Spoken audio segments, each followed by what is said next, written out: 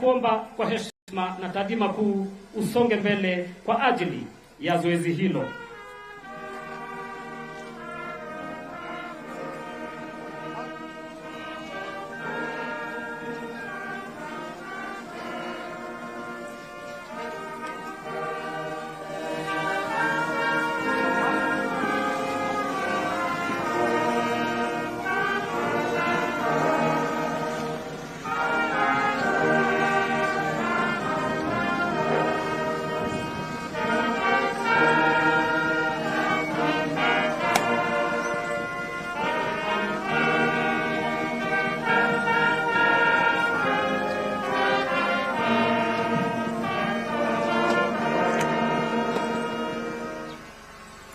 Shada la pili litawekwa naye Bi Rashid Sheikh, mwakilishi wa familia zetu.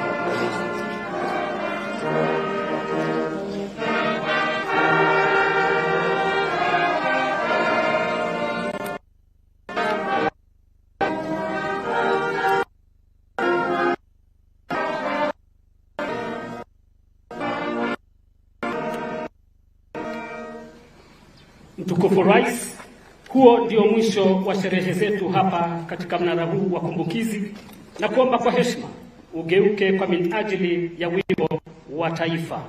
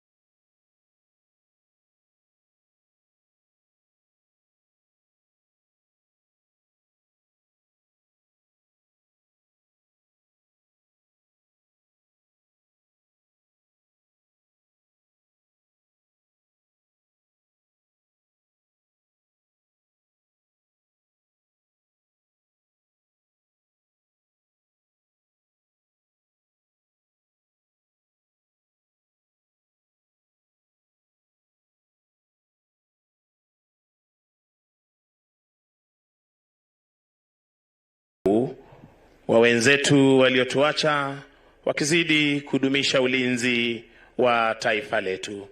Na pia wakati huo Mheshimiwa Rais alipokuwa anaendelea na gwaride, nimeona wenzangu wakifurahia drill, ama ukipenda jinsi Mheshimiwa Rais alivyokuwa anaenda sambamba na officers wetu kwa kupiga saluti na hali kadhalika wakati wa kukata saluti. Basi tutasubiri Mheshimiwa Rais aweze kujiunga nasi upande huu wa pili kwa ajili ya gwaride la heshima lililoandaliwa na kikosi cha 9 cha jeshi letu la nchi kavu.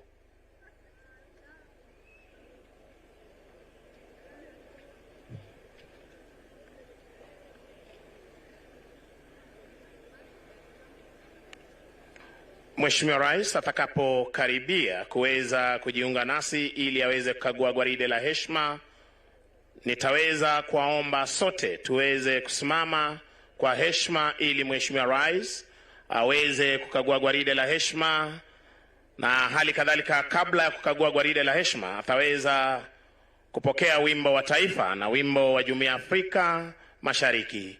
Kwaya zetu kwa uzalendo tutaomba muweze kuimba wimbo wetu wa taifa na wimbo wa Jumuiya ya Afrika Mashariki.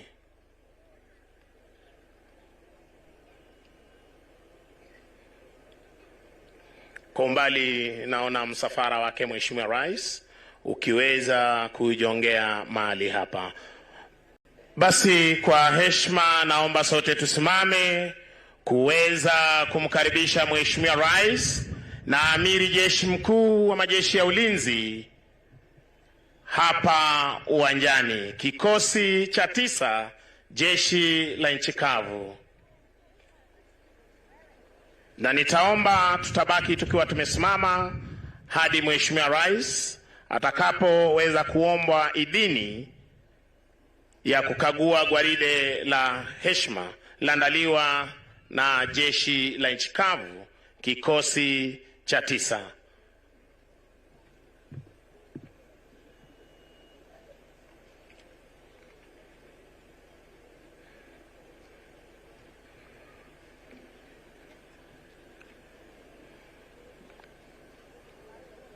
Karibu sana Rais wa Jamhuri ya Kenya na Amiri Jeshi Mkuu wa Majeshi yote ya Ulinzi, Mheshimiwa Daktari William Samoei Ruto, kujiunga nasi rasmi kusherekea siku hii ya majeshi katika barracks yetu ya Moi hapa Eldoret, kaunti ya Uasin Gishu.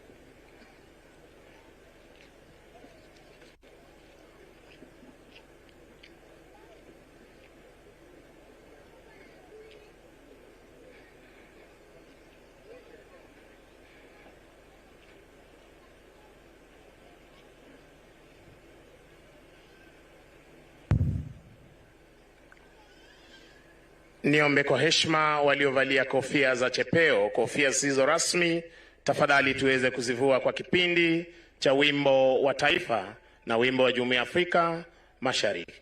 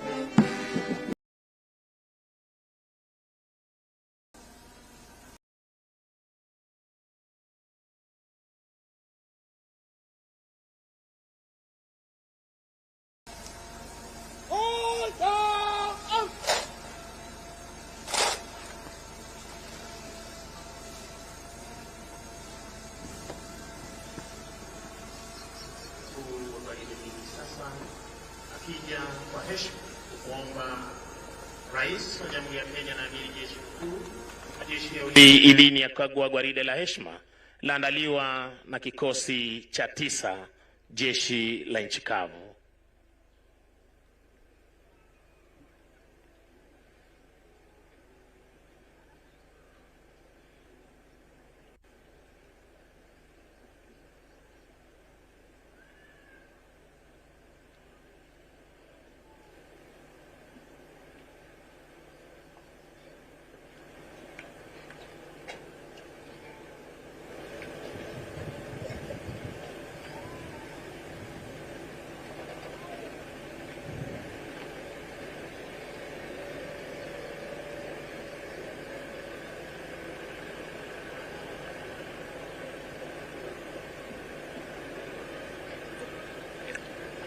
Asanteni kwa heshima, tuketi tafadhali.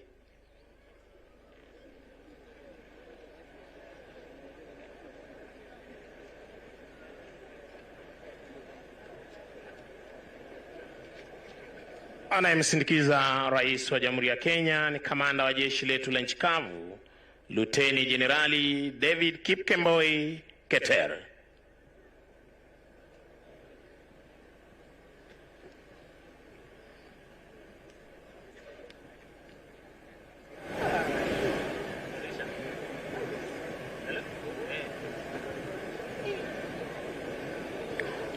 Wananchi wazalendo, mnavyoshuhudia hivi sasa Mheshimiwa Rais akipeana heshima yake kwa bendera ya kikosi cha 9.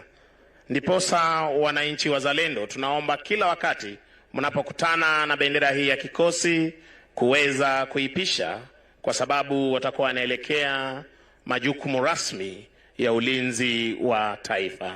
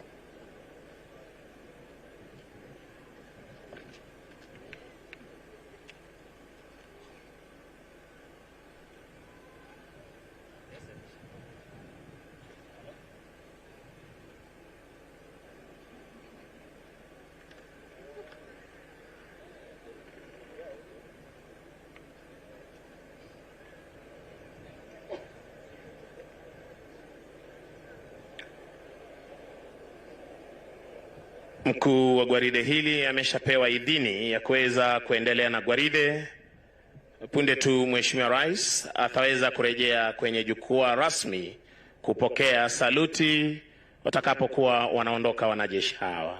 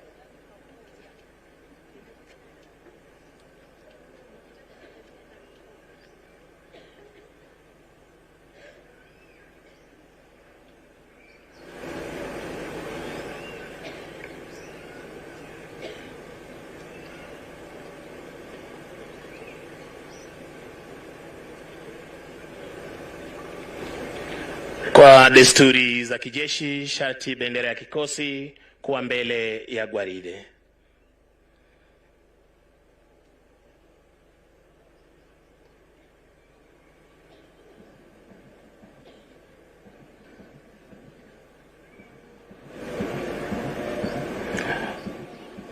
Basi wanajeshi hawa baada ya kuandaa gwaride la kufana siku ya leo, wanaondoka uwanjani ili waweze kujiunga nasi mahali hapa, tuweze sote kusherekea siku hii ya majeshi leo tarehe 14 Oktoba mwaka huu 2025, Moi Barracks, kikosi cha 9.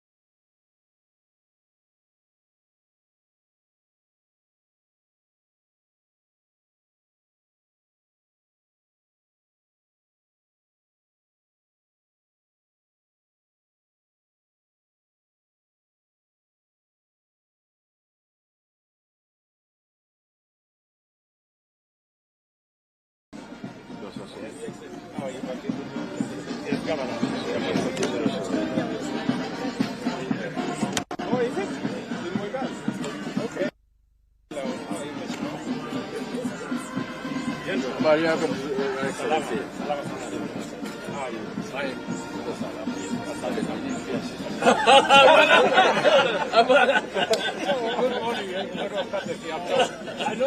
Labda hii nywele nyeupe labda. You remember one time we went to somewhere in the coast. That time you were in uniform and I was in civilian. Thank you, sir. Thank you very much. Thank you. Thank you. Very good. General, how are you? Fine, sir. Very good, thank you. General, very good. General, how are you? Fine. Very good. Was this your last station? No. At the earlier stage. At the earlier stages. General, very good. Hello, how are you? How are you? Very good. Very good. You look very smart. Thank you, sir. Asante sana. Asante sana. Asante sana. Habari zenu? Asante sana. Asante sana. Thank you. Thank you. Very good. Hello, how are you? Very good. How are you, my friend? Very good. Hello, hello. Hello, how are you? Oh, you are? Okay. Very good. Very good. Of this place? Okay. Thank you. Thank you. Yes.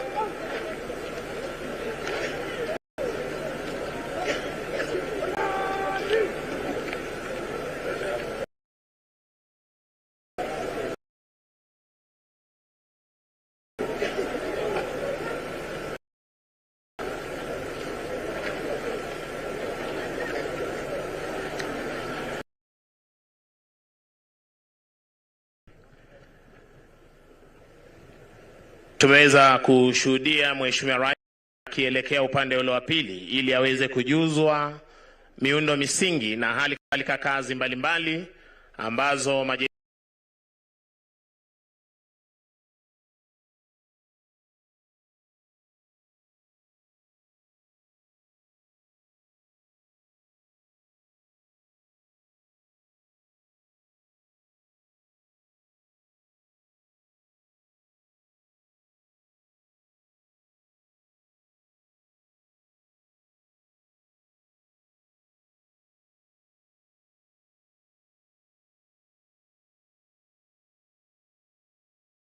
ya ulinzi inatekeleza kwa ajili ya ulinzi wa taifa. Tutakapokuwa tunazidi kuwakaribisha wenzetu ili waweze kutuletea kipindi cha burudani, Sergeant Masi Chitai na hali kadhalika Corporal Jemiat. Upande ule wa pili naona majenerali wastaafu wakiweza kujiunga rasmi kuweza kusherekea siku hii muhimu katika kalenda ya majeshi ya ulinzi.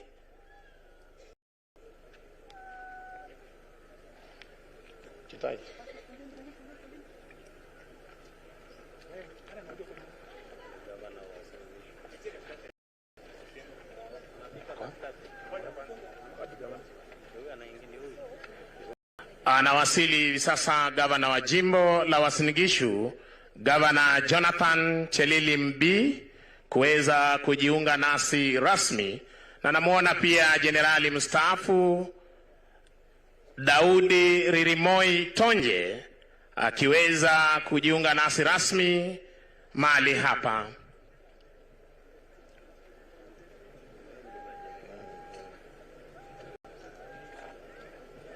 Hali kadhalika namuona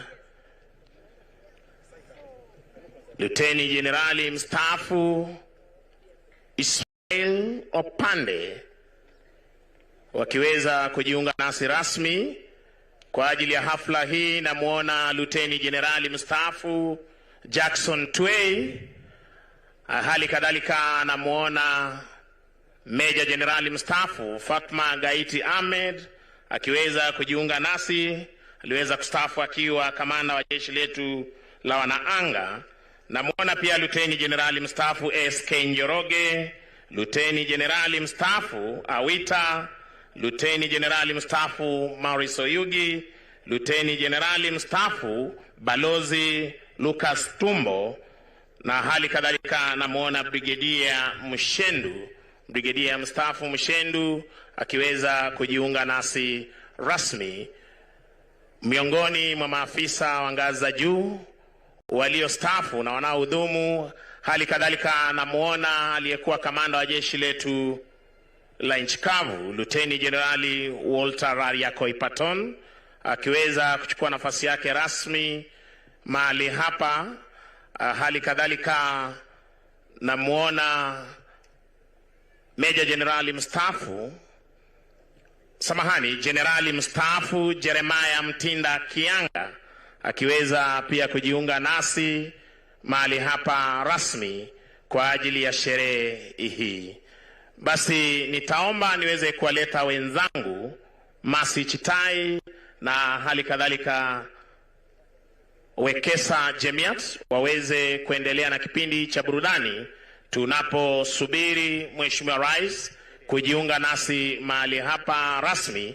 Nafahamishwa pia ameweza kujiunga nasi mbunge wa eneo hili la Taribo, Mheshimiwa Janet, ambaye ameweza kufika kupata kuwa nasi.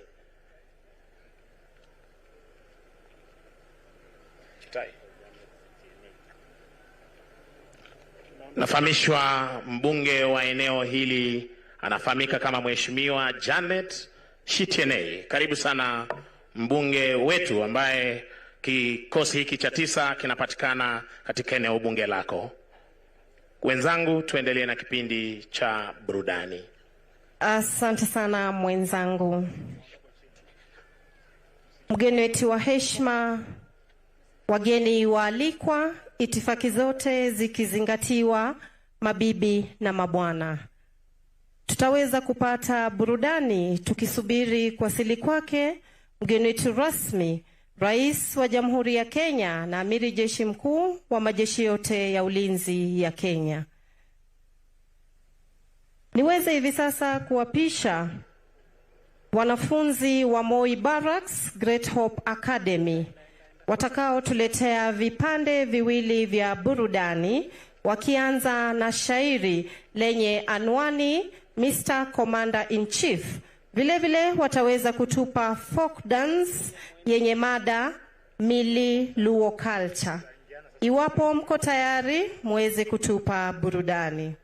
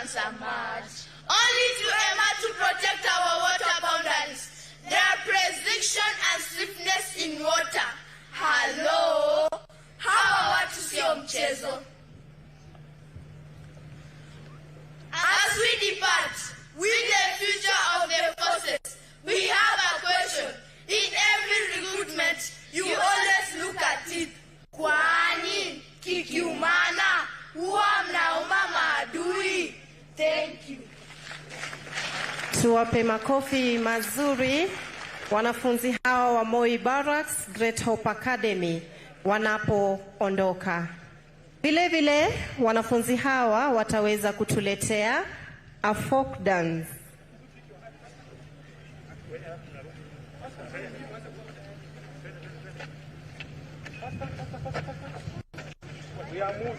Basi mgeni wetu rasmi, vile vile wanafunzi hawa wa Moi Barracks Great Hope Academy wataweza kutupa burudani yao ya pili ambayo itakuwa ni folk dance yenye anwani Mili Luo Culture.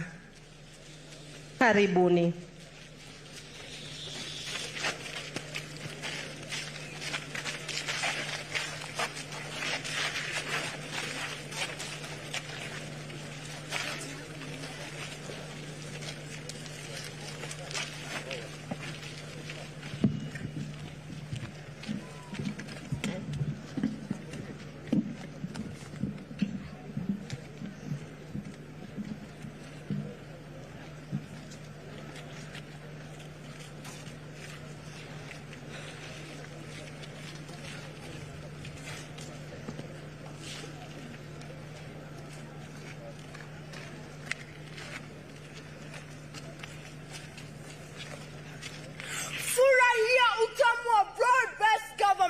Luo cultural dance. Wakenya mpo? Tupo!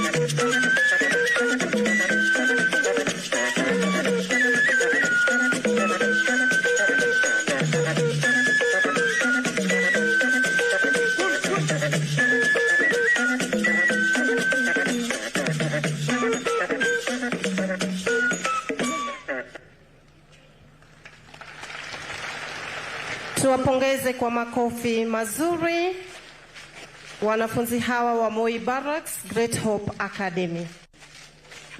Asante sana mwenzangu. Kabla hujaweza kutambua wanafunzi watakaofuata kwa kipindi cha burudani, niruhusu niweze kufanya itifaki kwa mara nyingine.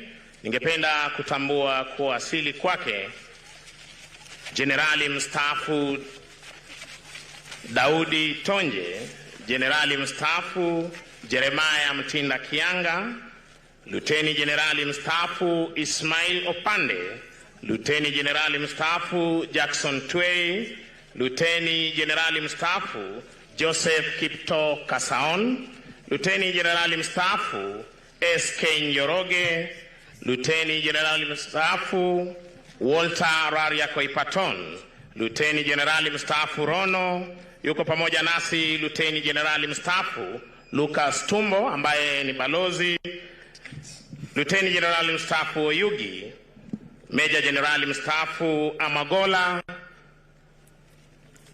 na Meja Jenerali mstaafu Pastor Awita.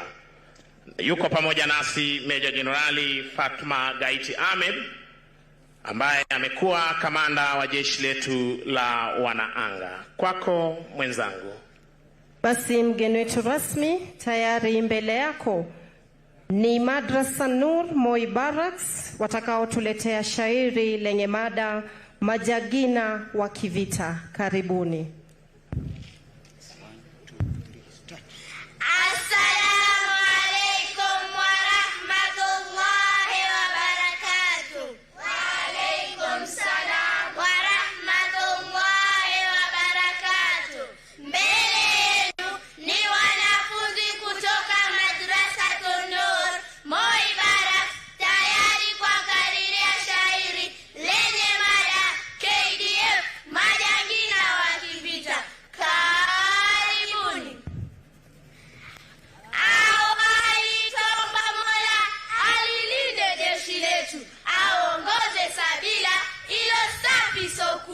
Waepushie madila, wape afya papatu. KDF, majangina wa kivita. Mwapigana kwa vishindo, adui watetemeka. Kwa madaha na mitindo, bara na anga mwafika. Nyinyi ndio makomando, mkiongozwa na amiri jeshi mkuu. Mashujaa wa hakika. KDF, majangina wa kivita. Mmesha kula kiapo, katu hamrudi nyuma. Mtakiwapo mpo, imara mmesimama. Mnapaa kama popo, hata baharini mwazama. KDF, majangina wa kivita. Uoga kwenu no, mmetia kijibagi. Mfanyapo mapambano, mnawini bigibigi. Nyinyi mwaiga mfano, mnacheza kubwa ligi. KDF, majangina wa kivita. Kenya Army baba yao, vitengo tele kwa tele. Air Force juu yao, angani kama mshale. Kenya Navy nao hao, baharini bila simile. KDF, majangina wa kivita. Shaba, shebe, shukran.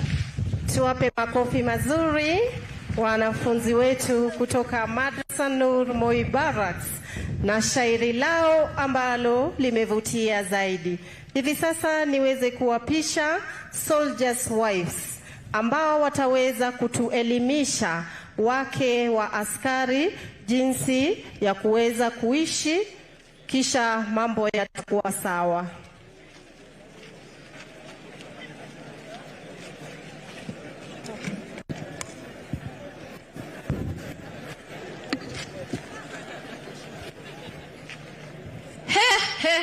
Mama Chebet nayo kuvumulia kwa mandoa ni amana.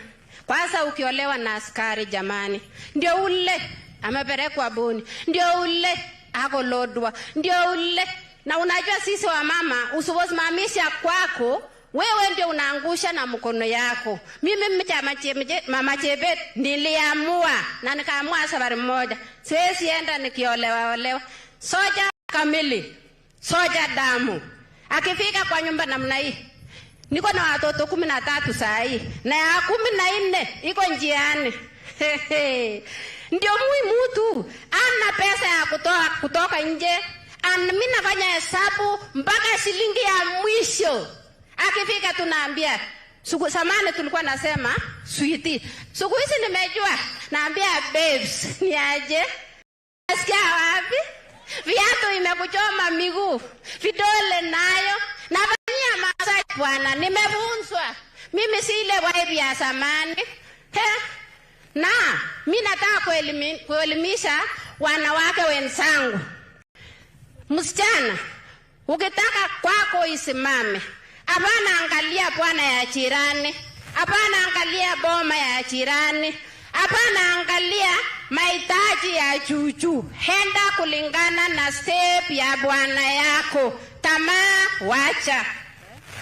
Mama Chebet. Hey. Watoto 13. Ndio. Pole sana kwa matanga insi. Hey. So naona sasa wasichana ya siku hizi wanabembeleza mwili, na hii mwili itaisha. Kwani Mungu akikuhesabia mpaka 14, kila mtu si anakuja na sahani yake. Hiyo ndio sisi tunaamini. Mama Chebet, hata wafuasi wa Yesu ni 12. Hii yako mpaka maguana inaanguka chini. Wacha nikueleze. Endeni mpaka Isili. Mukitaka hata kununua ile ya kuongezea, muongeze. Mimi Mama Chebet nasimama straight hivi. Ujui mbele, haujui nyuma. Sasa wewe enda funga cushion. Ukifunga cushion, vijana wanafuata wewe nyuma. Kumbe anaona shape na uko nyuma. Kumbe ni cushion. Ukipinduka hivi, uso ni kama ya Mama Chebet. Anasema mistaken identity. Pole. Mama Chebet. Pole sana. Asante. Mzee, karibu. Asante sana Mama Chebet. Hii jeshi walikuandika kama hujapondeka, lakini umetumika ya kutosha, imepiga discharge. Kweli bibi yangu. Nataka kuuliza, kwani jeshi wanatumia mpaka meno? Mama Chebet. Yaani mzee yangu ana hata moja ya kuuma hata chawa. Kweli Mama Chebet. Jesus is Lord. Lakini navumulia na wewe hata kama umepondeka, wewe ni yangu. Mimi nakupenda Mama Chebet. Asante.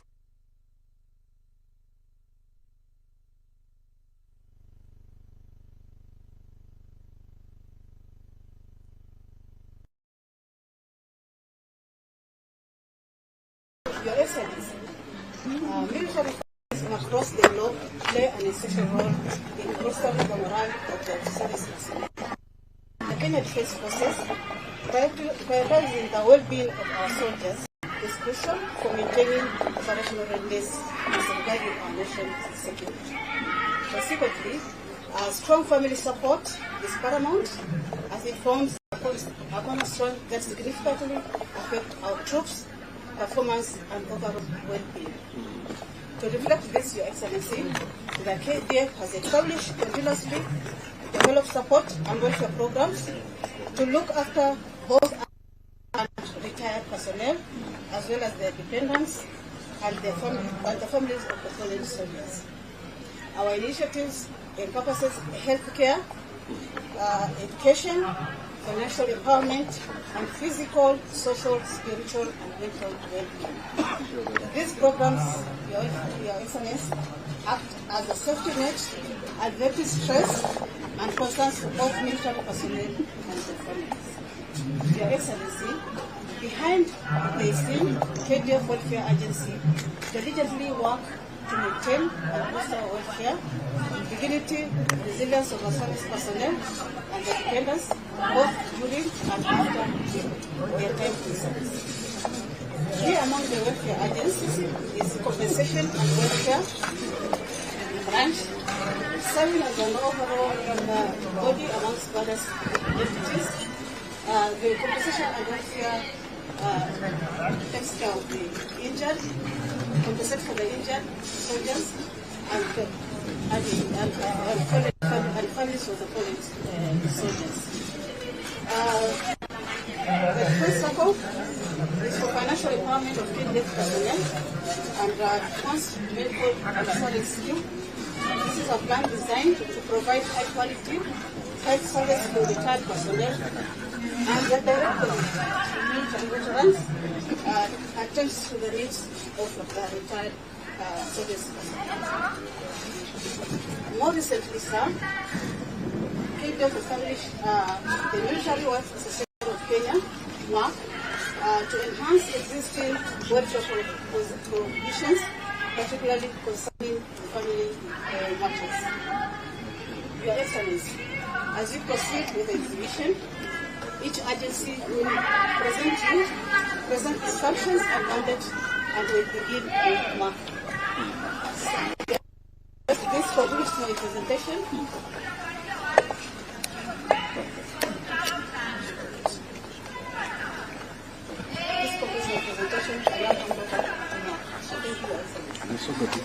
Your Excellency.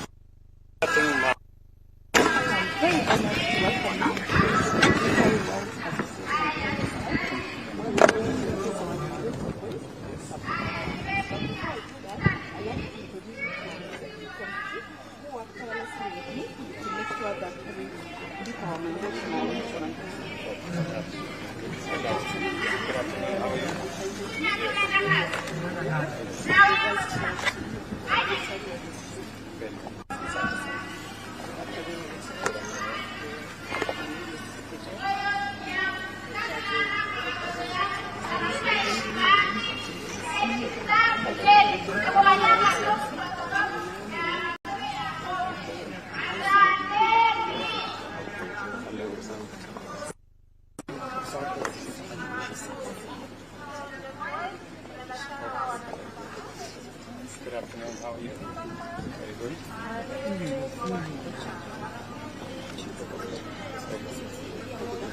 Good afternoon, how are you?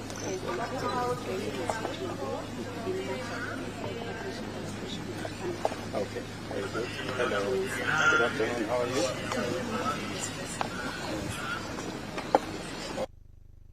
Hello. Good afternoon. Yes. Very good. Good afternoon, sir. Good afternoon. Okay, very good. Hello. How are you?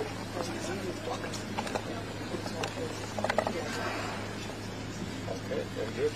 Hello. Good afternoon, ma'am. Yes, I'm Elizabeth Kenya. I'm mwaka ukiuza veteran affairs. Veteran affairs? Yes. Okay. Hello. How are you? Good afternoon. Yes. Okay. Your Excellency, we have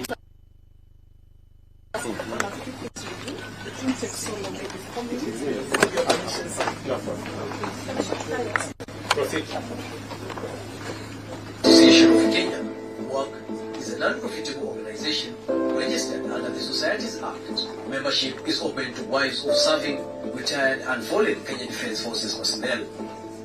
Established on the 8th of January 2021 and inaugurated in March the same year, WORK was founded to complement the Kenya Defence Forces Compensation and Welfare Department in promoting the well-being of KDF families. Governed by the strategic plan on all its programs, WORK ensures that every initiative is structured, sustainable, and aligned with its mission. Through visits to medical centers, school functions across 23 KDF units, WORK identified the key thematic areas that guides its work. The strategic pillars of health, mentorship, education, housing, veterans affairs, and recreation, all supported by funding, partnership, and monitoring and evaluation. As KDF marks KDF Day 2025, under the theme, Enhancing a Soldier-Centric Approach towards Mission Readiness for National Security and Development, WORK celebrates remarkable milestones that continue to transform the lives of military families. Under the health pillar, WORK aligns with the National Universal Health Coverage Agenda to ensure the physical and psychological well-being of the Kenya Defence Forces fraternity. It has built support networks for families and persons with disabilities, launched a countrywide diaper distribution initiative reaching over 224 families, and partnered with Bethany Kids at the Kenya Institute of Special Education to assess and refit assistive devices for children with special needs. In education, champions excellence and inclusion in KDF sponsored schools with support from Cooperative Bank and Family Bank through the Family Group Foundation. 25 bright and deserving KDF orphans have received sponsorship, teachers seminar, mental health sessions, and mentorship talks have reached more than 5,600 students, nurturing growth and resilience. Through the mentorship pillar, over 8,000 trainees at the Kenya Military Academy and the Recruits Training School Eldoret have benefited from the Wheels of Life coaching program, building life skills in financial management, relationships, and stress management. The Widows and Orphans program continue to offer comfort and connection through annual commemoration and Widows Connect forums held across 16 regions, including Turkana, Kakamega, Eldoret, Gilgil, Isiolo, and Mombasa. In housing and recreation, work promotes home ownership awareness, beautification of living spaces, and the creation of parks, nurturing holistic well-being for KDF families. The Veteran Affairs Pillar ensures a dignified transition from civilian life through pre- and post-retirement programs. Youth empowerment also remains central, with the Tufuzo Youth Construction Skills Training Program, a partnership with Family Bank, equipping young people in plumbing and electrical installation. In April 2025, the third cohort of 100 trainees graduated at October base in a ceremony graced by the Chief of Defense Forces, General Charles Kahiri. First and foremost, allow me to recognize the incredible work done by WAC for initiating this program, but also the many other initiatives through pillars that you undertake the burden for welfare services personnel and families much easier. And through ICT and TV wheels, work continues to bring inclusive training opportunities to special needs children and communities across the country. Through partnerships, rotary engagements, and global benchmarking, work continues to refine its mission, uplifting lives, fostering resilience, and strengthening the fabric of Kenya's military families.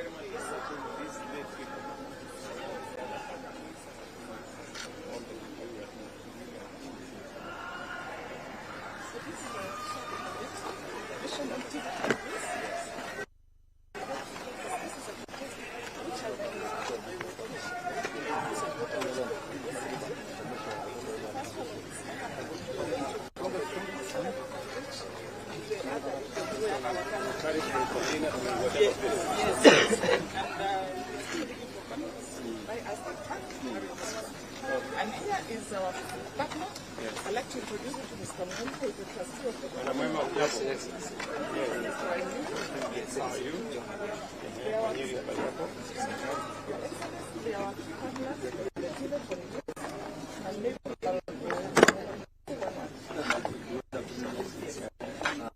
light of time, I'll know my okay.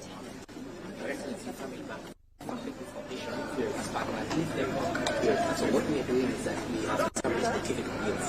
Essentially, we have a 6 months program with the children of foreign schools. After the 6 months, each of them is equipped with a toolkit, and so they are able to get into internship at housing projects. A lot of our students are doing housing projects. But in addition to that, so the two of them are cost efficient. But in addition to that, we also run a big high school scholarship of 1,500 students throughout the country. In Mountains, we've established a climate action. Yeah, where we've taken 240 acres forest restoration. Okay, very good. Yes, very good. Very good. So, and Sharon. Jackson Abadi? Very good. Salama? Sharon? Jambo? Very good. So are you now trained in electrical installations? Yes. From Moi Air Base. So is that ticket there?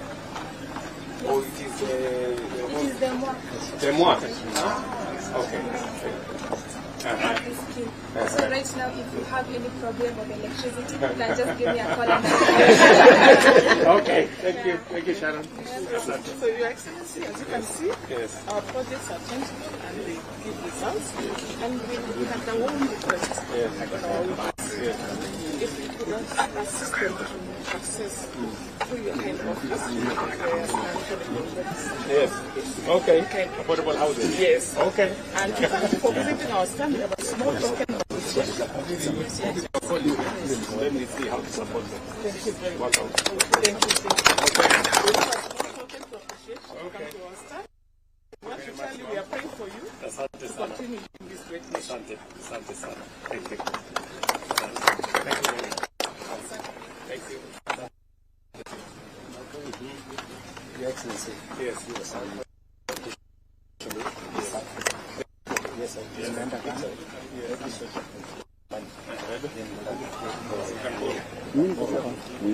shida tu ni watu nyuma wasiposoma macho ya nyuma. Yes.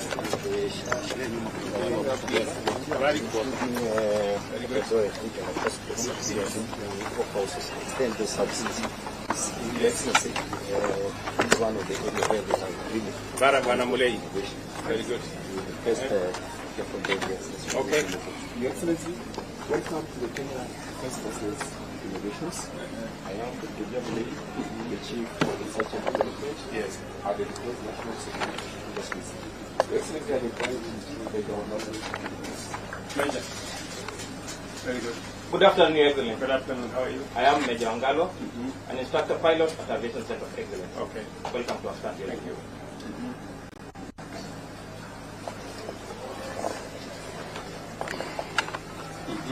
Your Excellency, this year's KDF Day theme is enhancing a soldier-centric approach towards mission readiness for national security and development.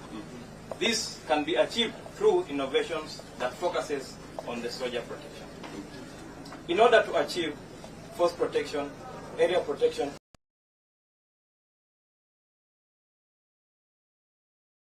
and filling capability gaps, we have 3 innovations. The counter improvised explosive device robot, the anti-drone, and the hardened gun project. Innovation, you say? Okay. The counter improvised explosive device robot developed to counter the IED, which is a weapon of choice for terrorists and insurgents. It has resulted to the loss of our own troops. And we have a locally grown solution to the problem. Innovation, the counter drone. Drone is an emerging new threat in the local and international spheres. It has necessitated us to have a weapon to counter the new threat. Very good. The third innovation, the Eden Gun project over there, Your Excellency, is an innovation that fills capability gaps at a low cost. The order of presentation, Your Excellency, will be the first innovation will be presented by Koplo Miloy. The second innovation presented by Senior Sergeant Kimani, assisted by Koplo Mwau. The third innovation will be explained by Captain Soy. And to the first innovation, Your Excellency. Excellency, sir. Yes. This is the anti-ID robot. The anti-ID robot is consisting of 4 compartments. You have the sensor compartment, you have the processor compartment, the power supply compartment, and the drive compartment. This robot can be driven autonomously up to a distance of 400 meters using this remote. Okay. And also it can sense data wirelessly to a range of 700 meters to a command center or a command station. So the robot comprises of sensors. The first sensor is the camera. The camera gives you the general overview of the ground that you suspect that there is a direct IED.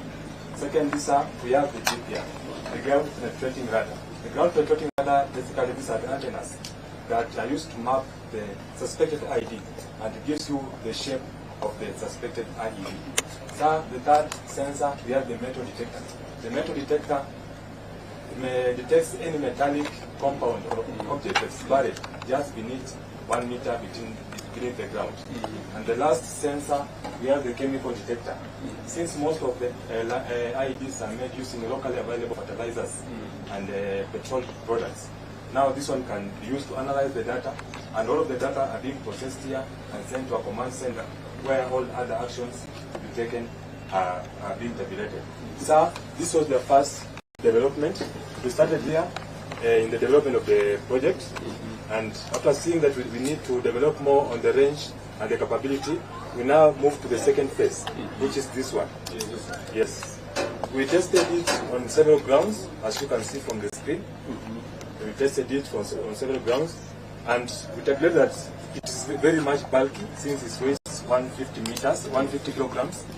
We saw the need to reduce the sizes of the antennas and the general body composure to a very more advanced robot. Okay, so this one is more advanced. Yes, sir. Now the sensors, as you can see from this point, now this big sensors, the antennas, we have now miniaturized these to very small sensors, very powerful, and are being mounted on the body structure of the robot. Now, for the second advancement, we have added more cameras. This camera gives you the general overview of the whole ground.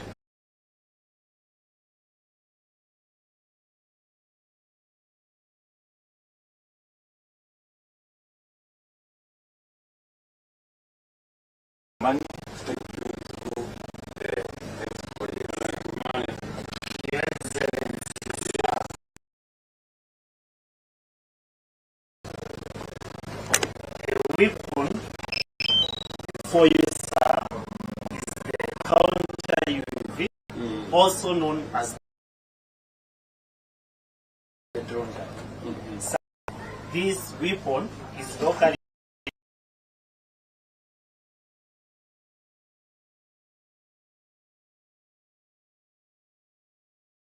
in our workshops, fabricated, everything is made in our workshops. It works by emitting a radio frequency signal that interrupts or disrupts the communication between the drone and the controller. It has several compartments, this being the battery compartment, the switching compartment for switching purposes, the frequency generation compartment which generates the radio frequency signal, and the transmission compartment for transmitting the signal. So our gun has a range of up to 400 meters, and this is, we're also conducting this in phases. This is our second phase.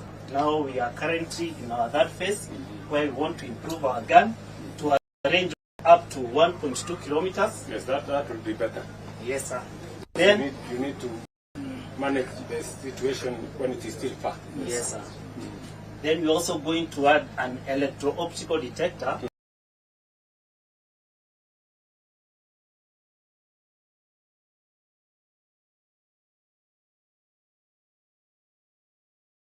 So that we can detect the cancer. Okay, when take off. Yes, sir.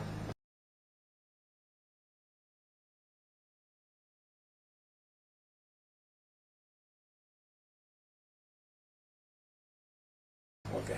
With your permission, Your Excellency, we want to do or conduct a small demonstration on how this done. Okay. Welcome, sir.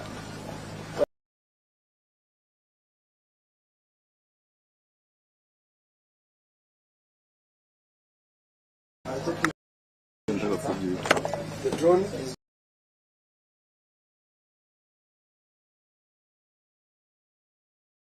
over there. And, that one? Yes, sir. Yes. And I have the control. There is the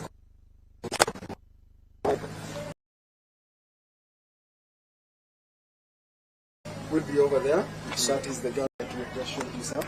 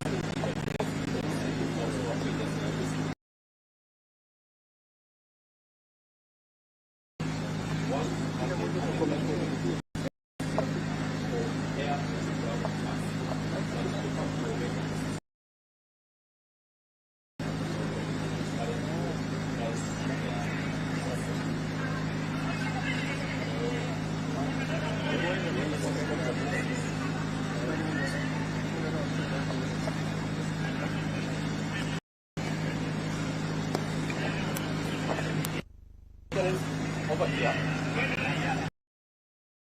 we will see how it operates. The normal deployments, we have people including operators. Ghana operates the gun. The technology. We have the gun. And over here we have we also conducted a series of mechanical adjustments to be able to mount the gun to the platform. Also, we have done a complete electrical design ourselves to be able to give the controller the autonomous control required to work in service. Normal deployments, see will and obviously will be deployed to open areas.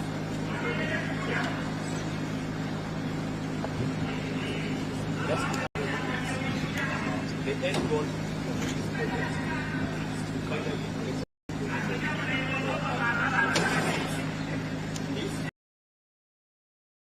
enable the operator to be able to receive information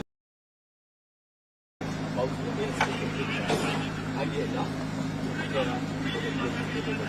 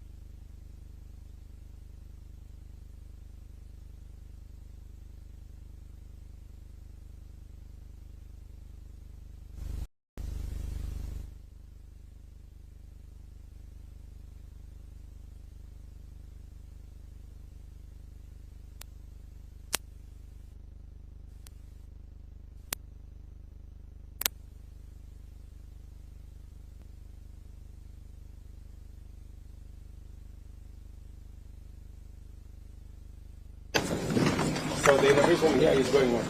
Yes, Your Excellency. In a nutshell, and explain to you some of the innovation we have made, especially the radius and the transport management system. Yes.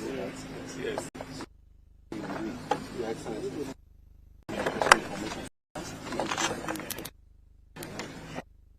Mandate, Your Excellency, to be able to design similar like this one. Yes. It's probably yes. The average cost of getting one about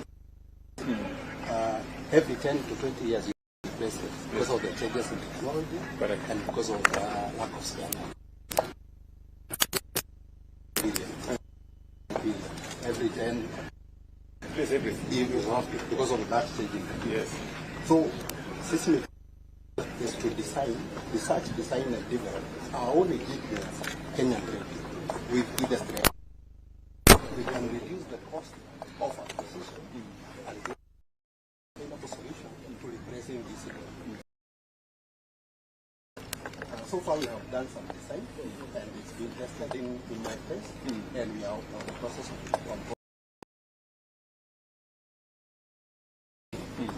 our partner, industry partner.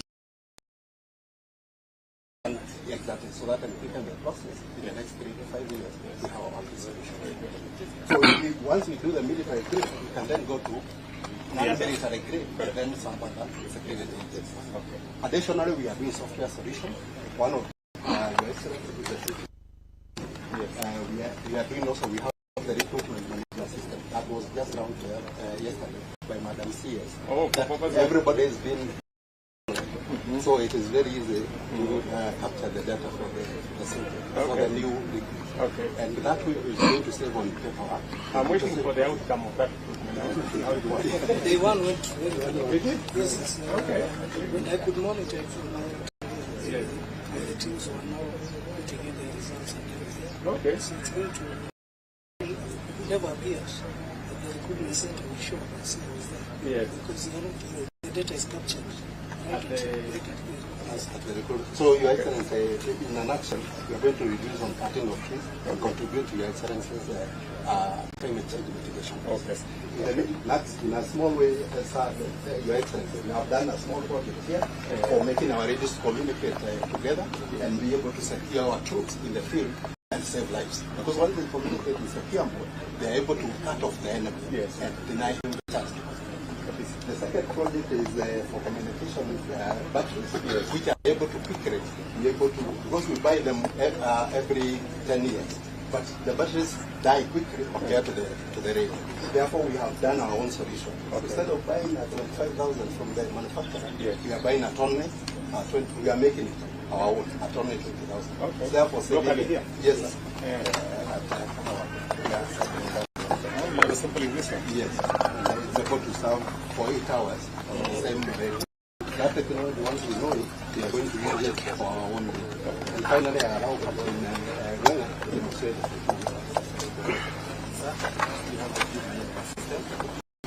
The many aspects that we have, we came up with a solution that enables us to be able to make the drivers be accountable. Be able to, and also the fuel and the be able to know the ranges of the car.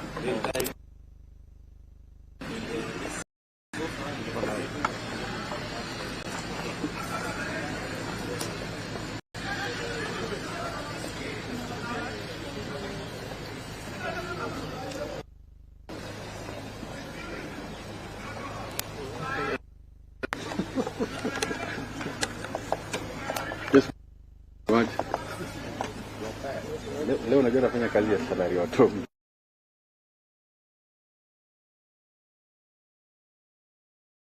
Yemi, acha Mungu nyato kwa maderi ya monetanga po. Kila kitu kwa hapa. Sasa kama wewe si mtu jeshi sahi, iko Turkana Muislamu. Iko kwa jeshi. Iko Mturkana sahi, mtu pasta ambaye sisi huko tumeona dunia hii. Ile kitu najua tu rais na Mwenyezi Mungu peke yake mbarikiwe. Tumpe makofi mazuri Masai mwenyewe. Basi tukisubiri kuwasili kwake mgeni wetu rasmi, tutapata burudani kutoka bendi yetu ya Maroon Commandos, vile vile Kenya Air Force Falcon Band.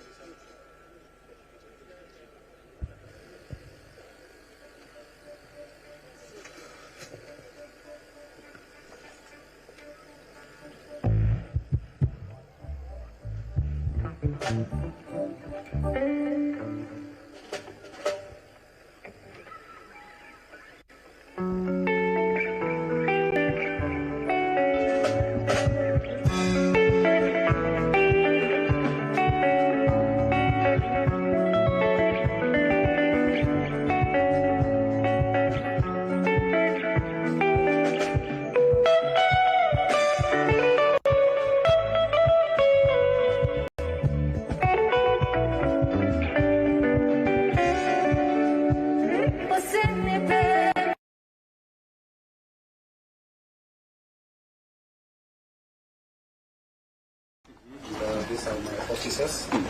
So, the objective is to promote, coordinate, and to regulate space-related activities in our country.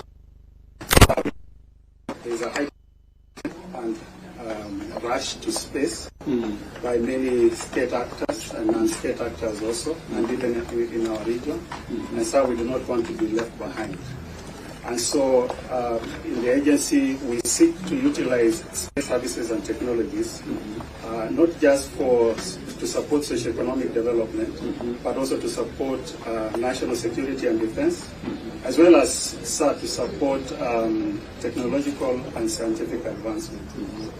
Towards that end, sir, we have 4 main lines of effort in our focus. The first one being enhancing utilization of space technologies across the public sector, in decision support, in planning, in monitoring, and predictive analytics, and socio-economic as well as defense and security.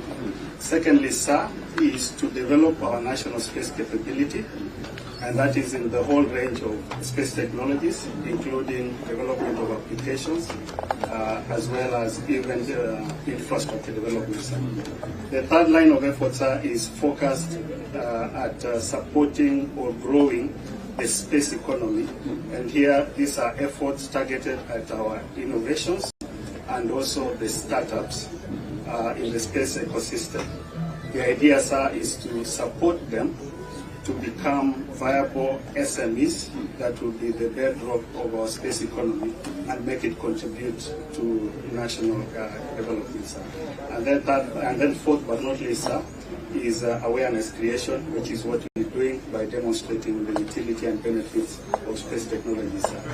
To speak to just some specific examples of what we are doing, sir, I invite Major Muhungi to just take you through some of the specific activities, sir. Your Excellency, Can you explain to me this thing summarized? Yes, sir. Where was it? That was KDF Day 23. Oh, okay. But now we have other activities. Advanced? Yes, sir. Okay. Yes, sir. So, Your Excellency, in line with this KDF Day theme, enhancing soldier-centric approach to admission readiness for national security and development, the agency recognizes its capabilities as force multiplier for KDF and for national development. One key enabler is the geospatial technology, where in defense it's applied in areas such as surveillance, reconnaissance, as well as institution awareness. Your Excellency, we are working with KDF in one application area where we are mapping incidences, hotspot analysis, and keeping clear incidence occurrences to determine the pattern so that we predict the future occurrences, ensuring quick interventions. Your Excellency, in line with national pillar on agricultural transformation and growth inclusivity, the agency is collaborating with the Ministry of Agriculture and other stakeholders to develop agriculture decision support tool to be able to map the crop types, monitor the crop condition, and predict the yield estimation. This will enhance data-driven decision making, strengthening our food system resilience, and contributing to the national security. Additional to the agriculture, we are also supporting agriculture food authority with ongoing geographic mapping exercise to ensure the country complies with the European Union forestation regulation, which require our food to be sourced from deforestation-free zone starting from January 20. I had the same presentation yesterday at Konza. Yes, sir. These people should collaborate so that we can have one approach. Are you aware that they are also doing something? Yes, sir, Your Excellency. So the agency is supporting with high resolution imagery. So it's a multi-sector approach. Yes, sir. Very good. Well, the AFA is coordinating the effort, and the agency is providing the high resolution imagery plus the technical support. Very good. So in line with climate action and environmental monitoring, the agency, apart from monitoring our tree cover using satellite imagery, the agency is also working with Kenya Forest Service to undertake National Forest Resource Assessment 2025-2026 towards achievement of our national goal of increase by 2032 and also increasing our forest cover from 12% to 30%. So this is the spatial representation of the 2021 tree cover, where we had the 12% cover. What using the resources like counties like Marsabit, we are huge. that sort of land they have the highest potential for aerial seeding. How can people support that aerial seeding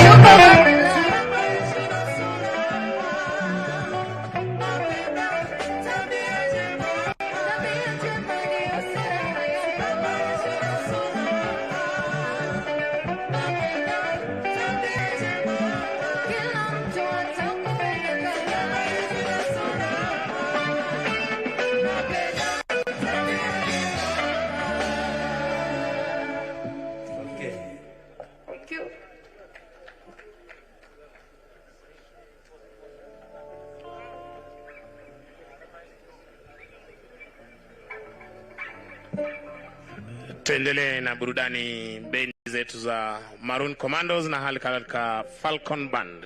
Tafadhali tuendelee.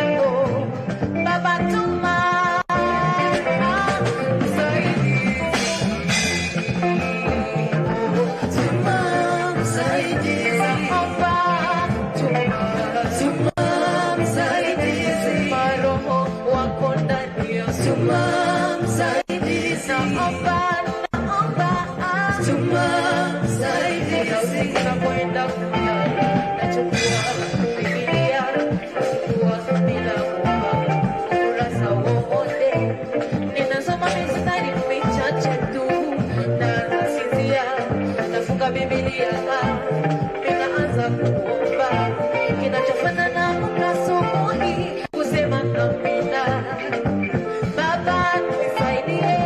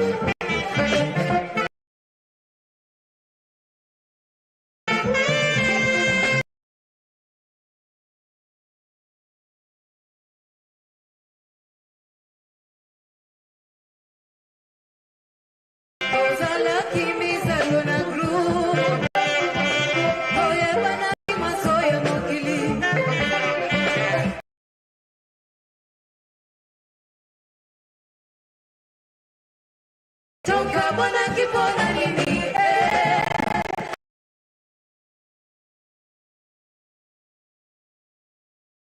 Tongi ele tangi biseka Masudo zalaki kota mola Toza Misa tona gru Goya Kimasoya mokili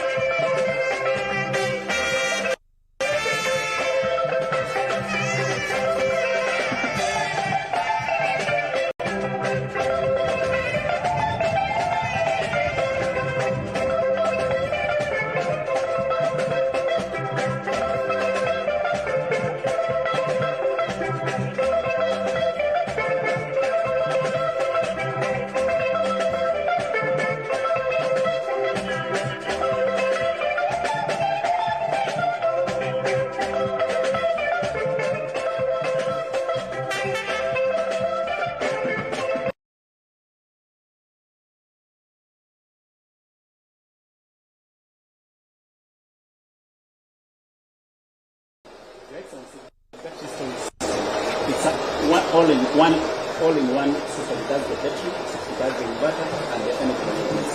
Okay. This is what we supply our loads. So they are saying it's smaller than usual. It's compact. The technology. Why they does this thing look smaller than usual? Normally, they are normally... This is the latest technology, sir. It's fully integrated with the inverter, the battery system, and the computerized mechanism. Okay. So it covers the whole thing. This is from China or from China, SAJ brand. Okay. You will give me the contact. I want to put some solar in the house. You can do something. We'll deliver. Yeah? We'll deliver this in 2 months. In 2 months.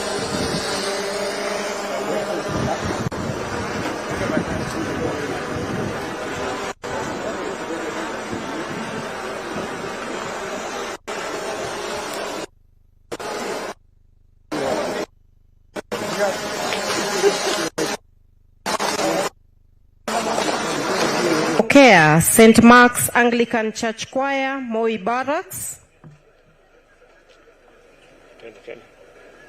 ambao wataweza kutuletea wimbo unaosema Mungu wa majeshi. St. Mark's Anglican Church Choir, Moi Barracks, na wimbo wao Mungu wa majeshi.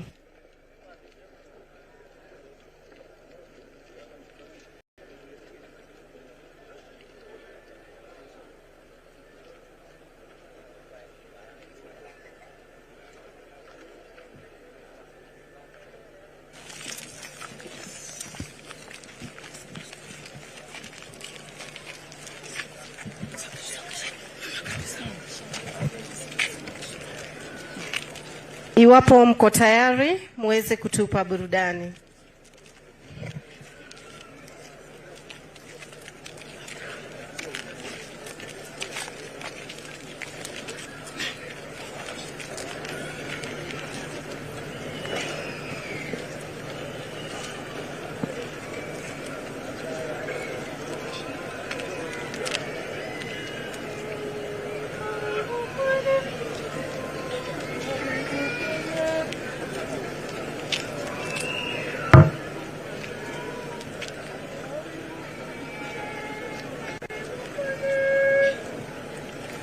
Karibu kwenye siku hii ya jeshi Kenya.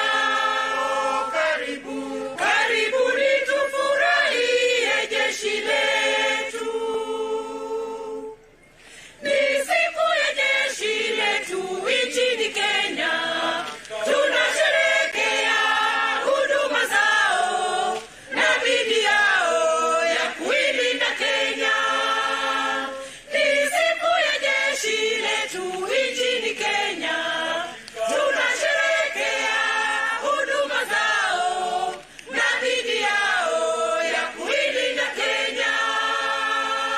Mipaka yetu sasa iko salama.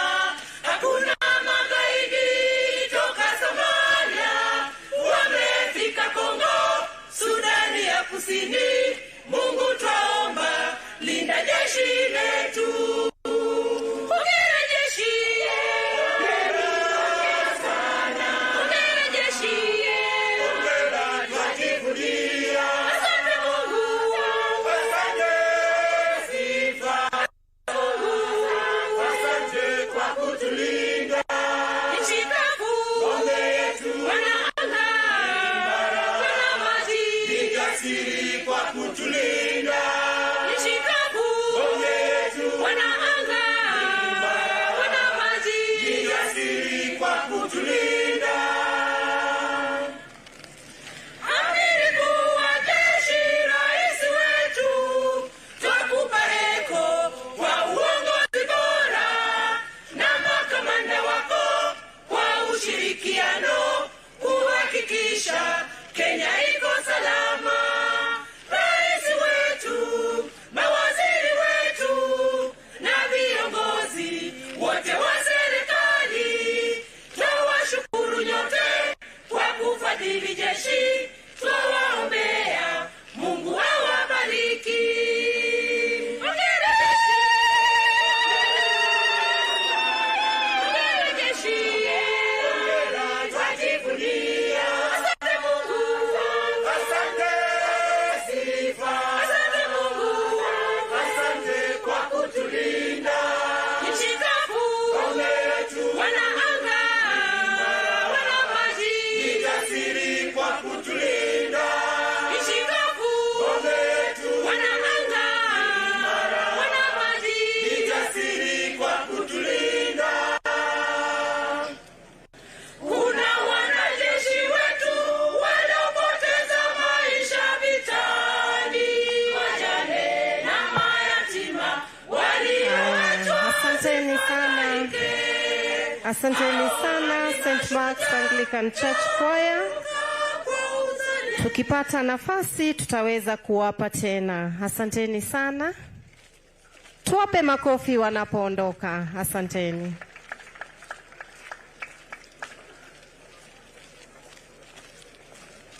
Falcon Bird, mnaweza kuendelea tafadhali.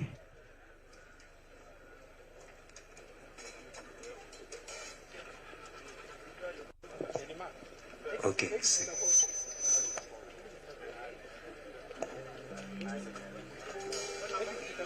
Okay. Yokasa.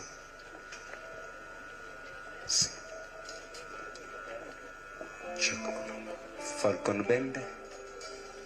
Tunaendelea mbele.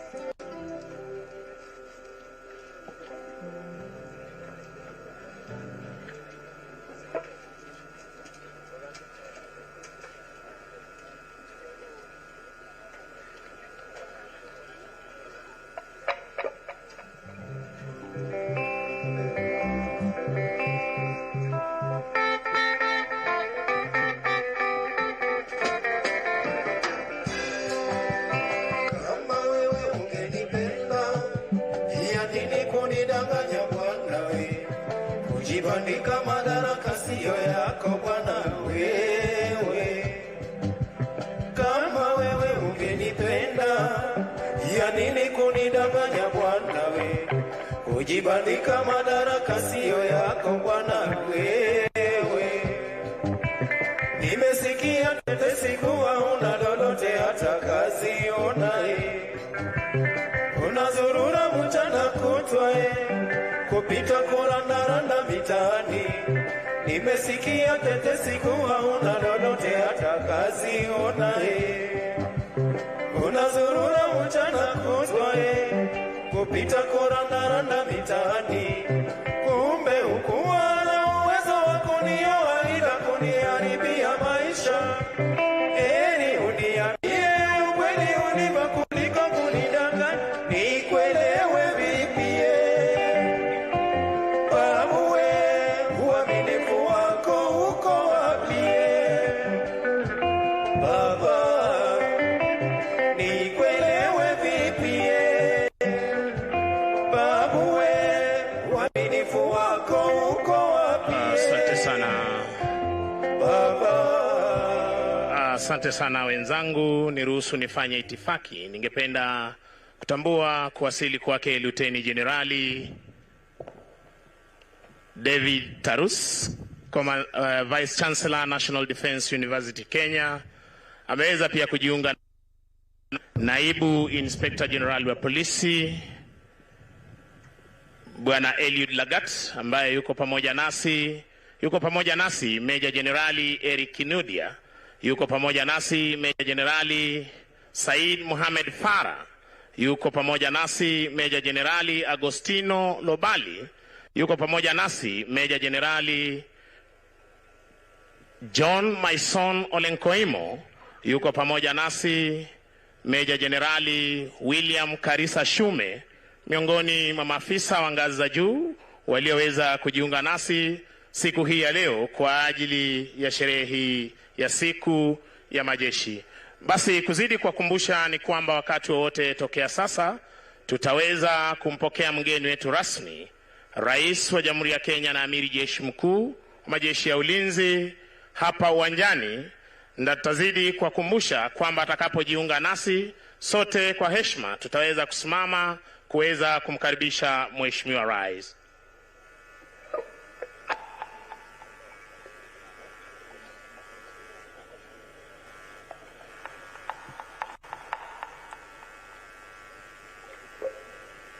Basi yuko pamoja nasi pia Meja Generali Luka Kuto, yuko pamoja nasi wanawasili hivi sasa service commanders, kamanda wa jeshi letu la wanamaji Meja Jenerali Paul Otieno War akiwa ameandamana na kamanda wa jeshi la wanaanga Meja Jenerali Bernard Waliaula.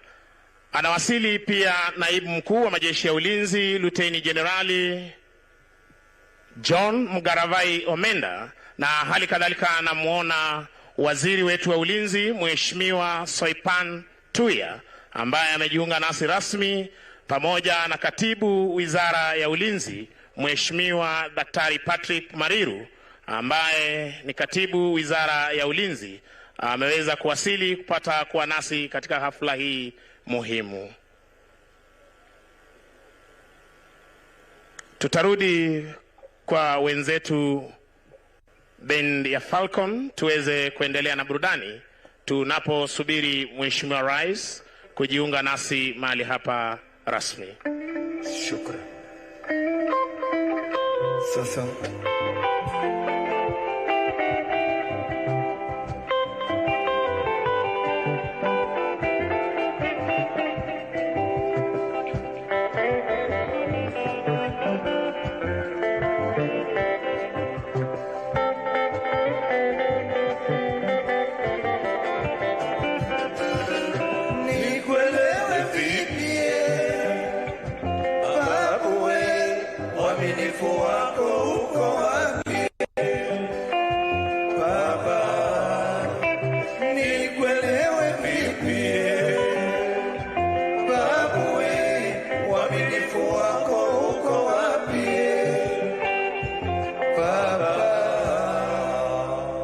Shukran za dhati.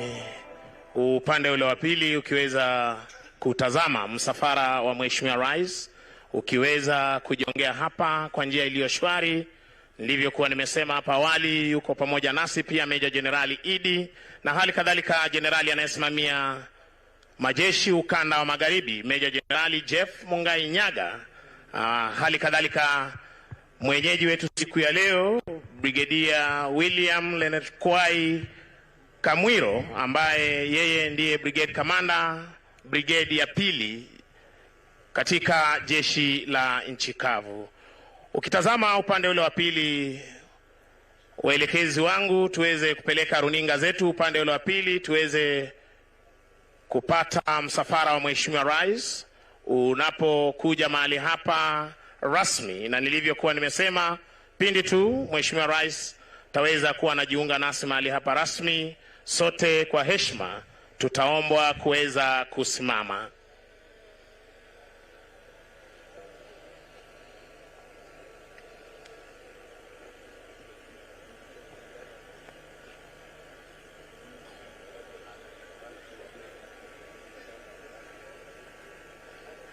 Asante. Pia nakumbushwa na mwelekezi wangu Meja Jamal, yuko nasi mwenyekiti wa MWAC Mam Grace Kahariri. Kwa heshima naomba sote tusimame kuweza kumkaribisha Rais wa Jamhuri ya Kenya na Amiri Jeshi Mkuu Majeshi ya Ulinzi Mheshimiwa Daktari William Samoei Ruto anapojiunga nasi hii leo kwa sherehe ya siku ya kijeshi katika gatuzi la Uasin Gishu, kikosi cha 9 hapa Eldoreti Moi Barracks. Kwa heshima naomba sote tusimame tafadhali.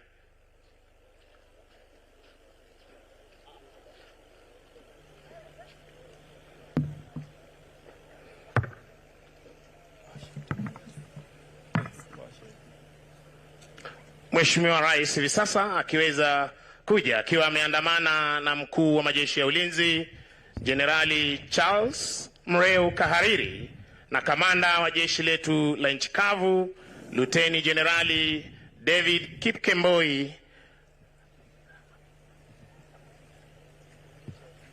Keter. Na kwa mengi zaidi nitampisha mwenzangu aweze kuendelea.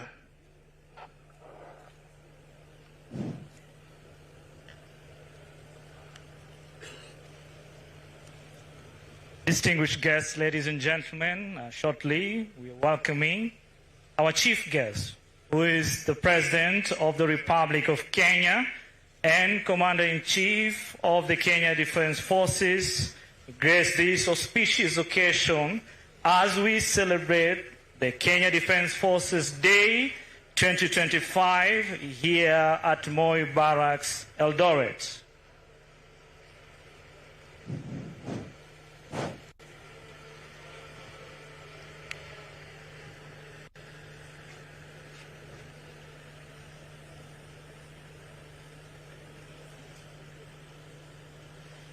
Welcome, Your Excellency.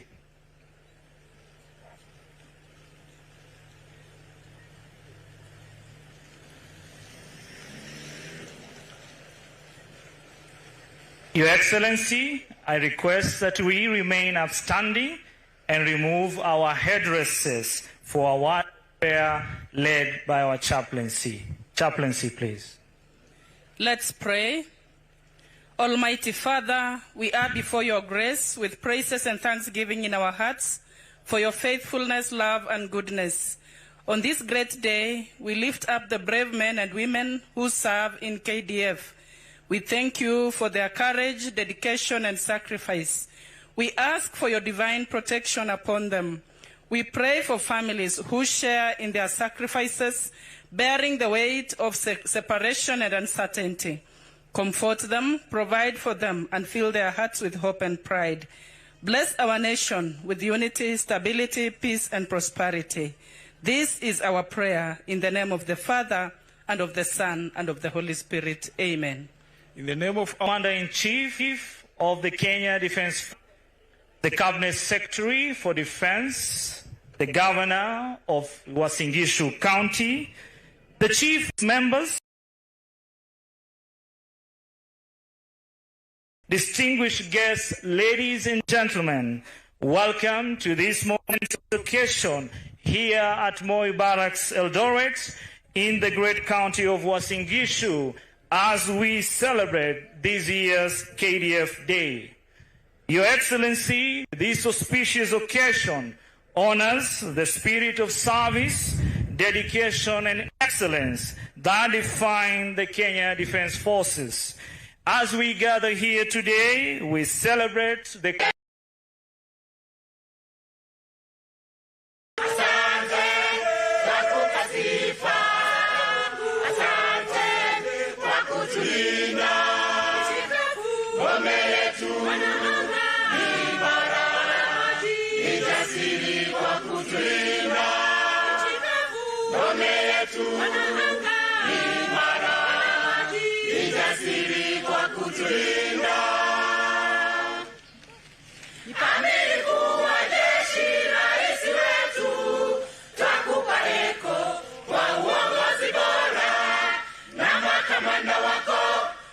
ushirikiano kuhakikisha Kenya iko salama. Rais wetu, mawaziri wetu na viongozi wote wa serikali, twawashukuru nyote kwa kufadhili jeshi, twawaombea Mungu awabariki.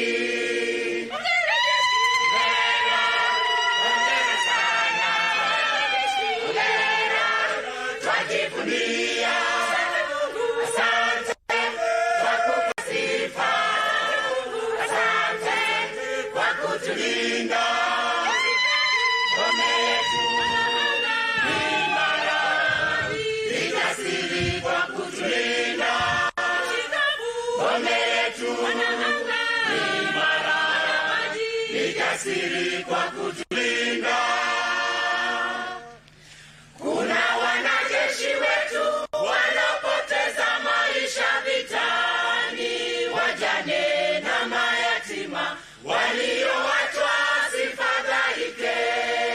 Hao ni mashujaa, twawakumbuka kwa uzalendo. Huko ni kujitolea kwa ajili ya Kenya.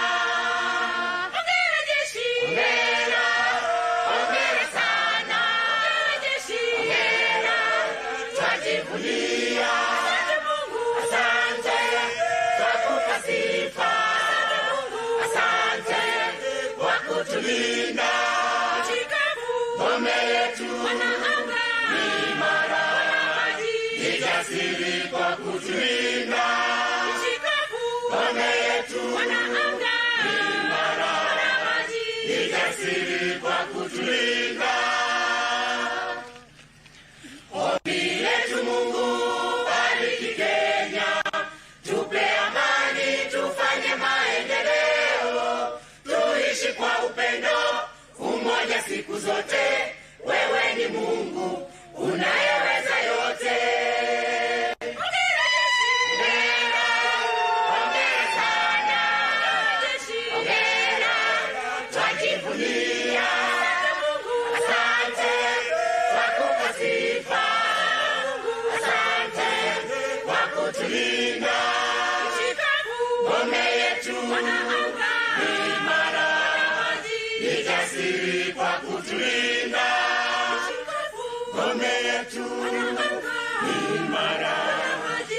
Jasiri kwa kutulinda.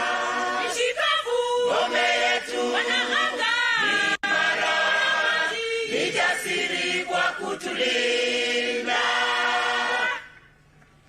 Tuwapongeze kwa makofi mazuri St. Mark's Moi Barracks Anglican Church Choir. Bila shaka Mungu ni wa majeshi. Mheshimiwa Rais, tayari mbele yako ni wanafunzi wa shule ya sekondari ya kati ya Moi Barracks watakao tuletea shairi lenye anwani Mkuki wa Almasi. Moi Barracks JSS ukipenda, na shairi lao Mkuki wa Almasi. Iwapo mko tayari muweze kutupa burudani.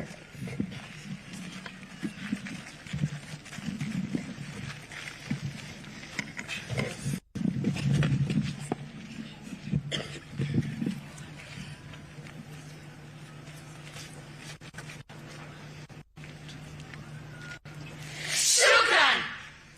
Moi Barracks ya waletile mkuki wa almasi abirinas. Wa usiku vitani, wa amka alfajiri na kuisaka amani kisha kutuliza shari. Ueneza tumaini, mlinzi wetu hodari, mkuki wa almasi kuilinda nchi yetu. Akisha tazama mbali, tawaona maadui yake ni macho makali, mjasiri kama tai. Tegua ila na hali, shughulikia uhai, mkuki wa almasi kuilinda nchi yetu. Mlembo milimani, usanga kiwa makini, kupenyeza vichakani, jangwa lisilo laini. Moyo wake wa imani, ufyeka ila porini, mkuki wa almasi kuilinda nchi yetu. Kwa vifaru na magari, anauzima uzushi, usonga kwa misali, somo mbinu za kijeshi. Kufa kupona jasiri, wasiwasi bila ubishi, mkuki wa almasi kuilinda nchi yetu. Jitoa mhanga, ona hapo pasipo malipo, huichunga kila kona, mnusa hadi alipo. Kwa kujitolea sana, hata kifa papo hapo, mkuki wa almasi huilinda nchi yetu. Afisa shujaa mkali, anafaulu vitani, nchi yetu ijali, ingia kwa hatari. Yeye ana maadili, anang'aa duniani, mkuki wa almasi huilinda nchi yetu. Wa kiume na wa kike, uhudumu kwa nidhamu, afata sheria zake pasipo na udhalimu. Ulinzi damani kwake ni jasho lake la damu, mkuki wa almasi huilinda nchi yetu. Ameilinda heshima, maadili wakomesha, amesha simama wima, ni nani atamtisha? Magwana ni tena jema, somo la jeshi kabisha, mkuki wa almasi huilinda nchi yetu. Santa. Tuwapongeze kwa makofi mazuri Moi Barracks JSS kwa shairi lao Mkuki wa Almasi. Mheshimiwa Rais, na huo ndio mwisho wa kipindi cha burudani.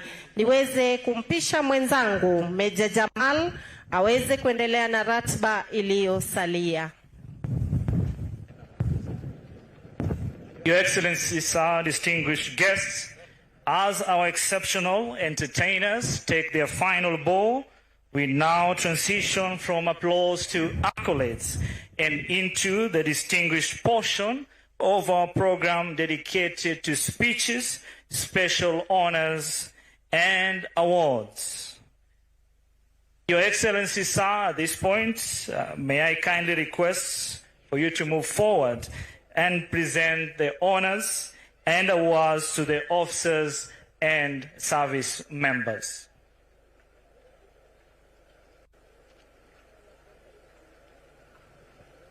So the first one is Lieutenant General Retired Daniel Ishmael Opande.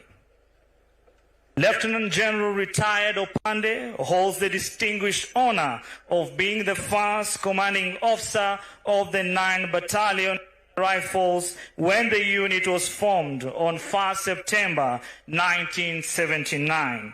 The accolade presented to him today commemorates an iconic photograph from that historic day to 14th October 2025, a remarkable 46 years symbolizing an enduring legacy of leadership and dedication.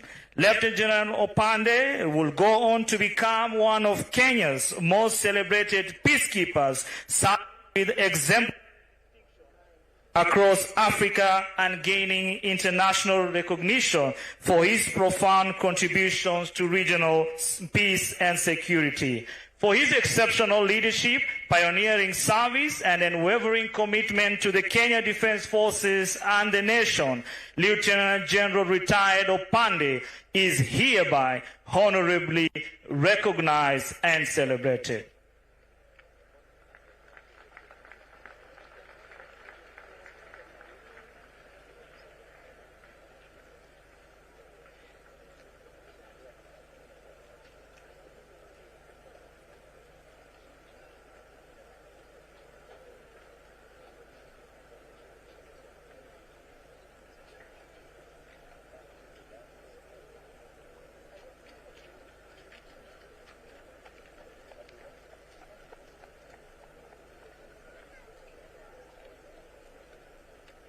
Let's extend a round warm of applause to Lieutenant General Retired Opande.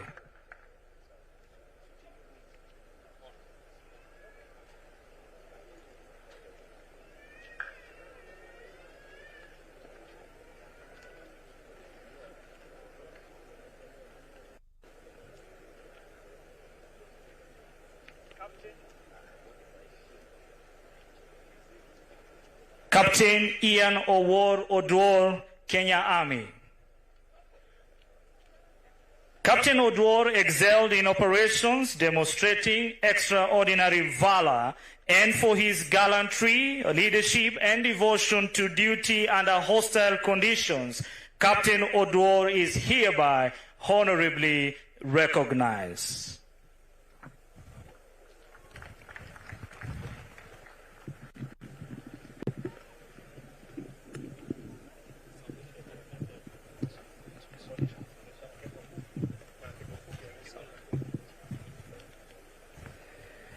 Let's extend a round warm of applause once more to Captain Odwor.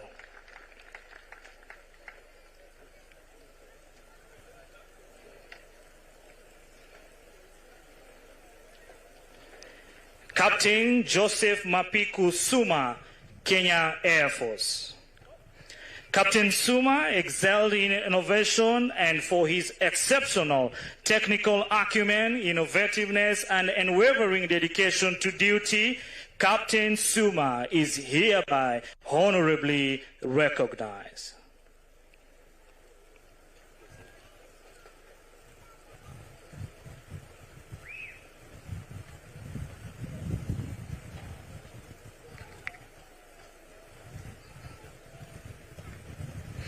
Let's extend a round of applause to Captain Suma for his excellence in innovativeness.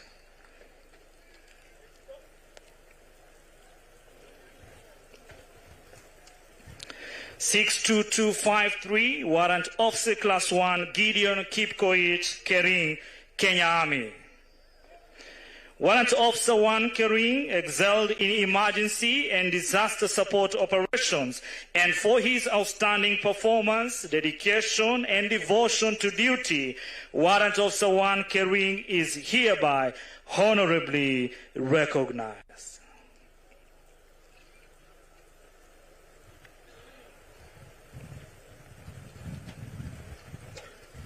Let's extend a round of applause to Warrant Officer Class 1 Gideon Kipkoech Kering.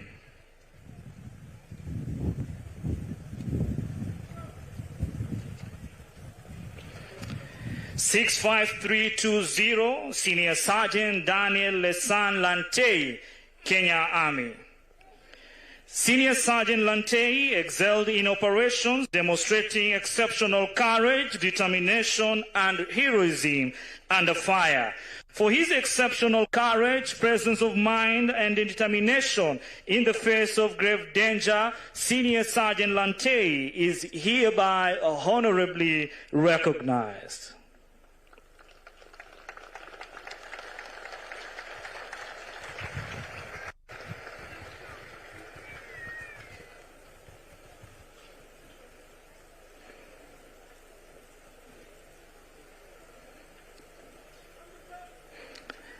Let's extend once more a round of applause to Senior Sergeant Lantei.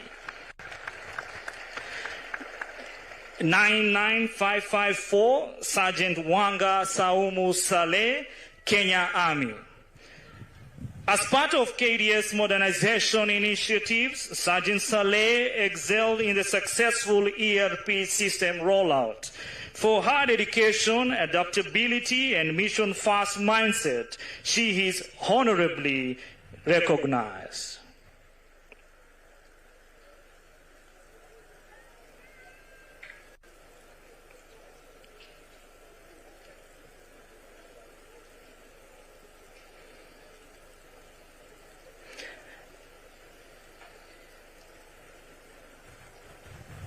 Let's extend a round of applause to Sergeant Wanga Saumu Saleh from Kenya Army. 105706, Warrant Officer Class 1 Mika Kalokenu, Kenya Air Force. Warrant Officer 1 Kalokenu excelled in innovation and ingenuity for impact, and for his innovativeness and unwavering dedication to service, Warrant Officer Class 1 Kalokenu is hereby honorably recognized.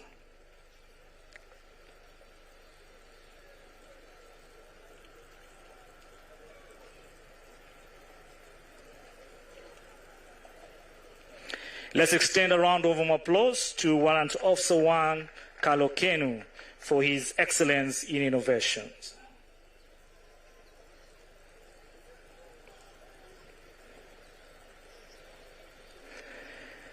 (106597), Warrant Officer Class 2 Newton Gregory Lungaho, Kenya Air Force. Warrant Officer Lungaho excelled in environmental stewardship and innovativeness, and for his outstanding leadership, technical skills, and commitment to excellence, Warrant Officer Class 2 Lungaho is hereby honorably recognized.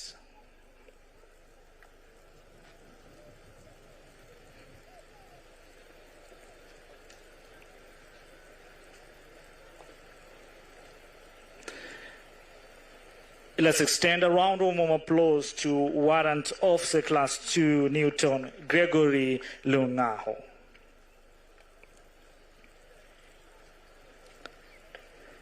(35877), Sergeant Bernard Kibet Rono, Kenya Navy.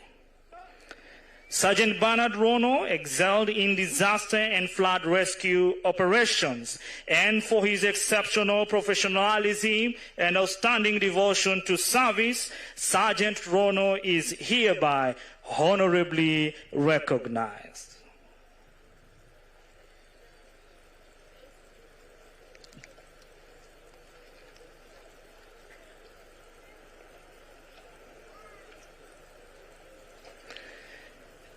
Let's extend a round of applause to Sergeant Bernard Kibet Rono from Kenya Navy. 136718, Corporal Charles Otieno Okello, Kenya Navy. Corporal Okello excelled in innovativeness and exceptional craftsmanship, and for demonstrating outstanding initiative and a strong sense of responsibility, Corporal Okello is hereby honorably recognized.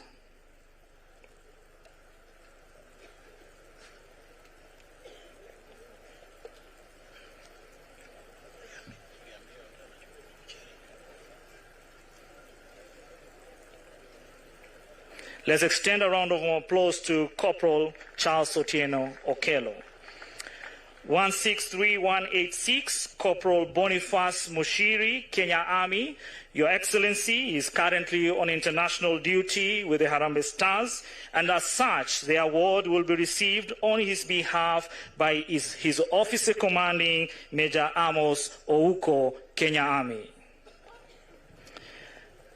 Corporal Mushiri excelled in football, serving as Ulinzi Football Club captain and representing Kenya in the recently concluded 2024 CHAN tournament. For his outstanding discipline, commitment, and exemplary performance in representing Kenya and KDF in football, Corporal Mushiri is hereby honorably recognized.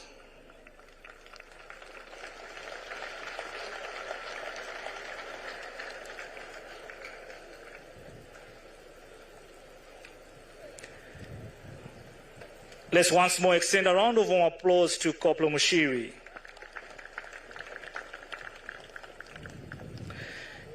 Your Excellency, that marks the end of the special honors and awards. May I kindly request, sir, you take your seat.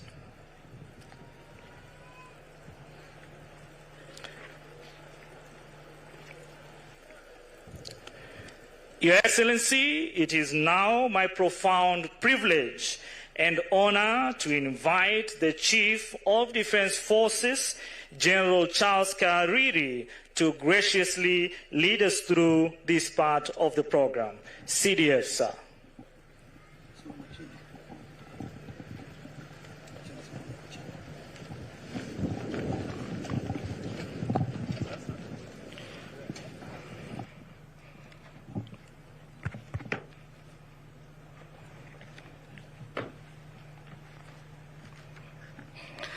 Your Excellency, the President of the Republic of Kenya and Commander-in-Chief of the Kenya Defense Forces, our Cabinet Secretary, Minister of Defense, Governor of Gishu County, our Cabinet Secretary, VCDF service commanders, general officers, our veterans, and in this case, Your Excellency, allow me to recognize the presence of two former Chiefs of General Staff, General Daudi Tonje and General Jeremiah Kianga. All retired generals, officers, warrant officers, and service members, askari wote, wageni wetu na familia zetu, itifaki yote ikihudhuriwa. Your Excellency, it is my distinct honor and privilege to welcome you to this year's KDF Day celebration, which is going to be a special one.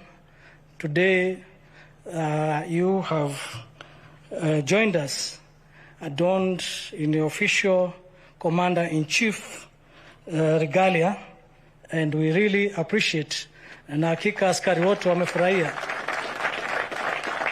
Mmefurahia? Askari wote mmefurahia?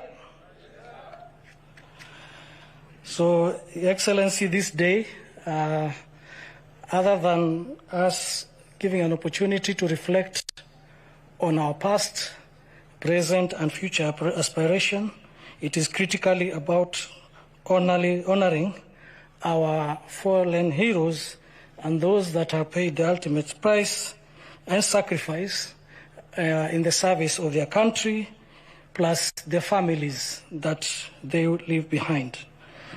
The gallant men and women who paid this price in defense of our republic deserve this commemoration. Their courage, sacrifice, and devotion to duty continue to inspire all of us that wear the uniform. Your Excellency, no unit of KDF has made greater sacrifice than this great unit that was established by General Pandey as the first commanding officer, and those generals and officers and service members that have served in its ranks. It is why we have honored them by hosting these celebrations here at Moi Barracks. We therefore honor those gallant soldiers and their families. Your Excellency, this year's theme for this occasion is enhancing a soldier-centric approach towards mission readiness for national security and development. And it reminds us that our greatest strength lies in the well-being and readiness of each and every soldier.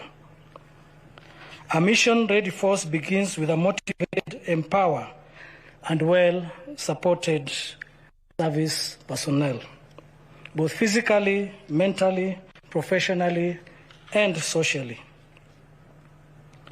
Your Excellency, as we mark this day, we express our sincere appreciation to you and to your government for the unwavering support extended to the Kenya Defence Forces in many ways, but I pick out equipment modernization, housing, and medical services as the critical pathways to our mission readiness, which you have supported us very, very generously.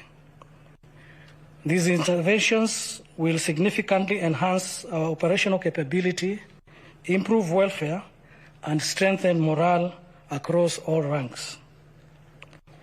Your Excellency, KDF remains firmly focused on its core mandate, that is defending and protecting sovereignty and territorial integrity of this republic. In today's complex and dynamic security environment, we continue to strengthen adopting multi-agency approach to national security operations and nation building, working closely with other institutions of government to safeguard our country, contribute to peace, prosperity, and development. To this end, I wish to recognize the civilian arm of the ministry, headed by our Chief of Defense Forces, Honorable Saipan Tuya, the PS and the entire component, that are our key bridge to government and other agencies, and also ensuring that every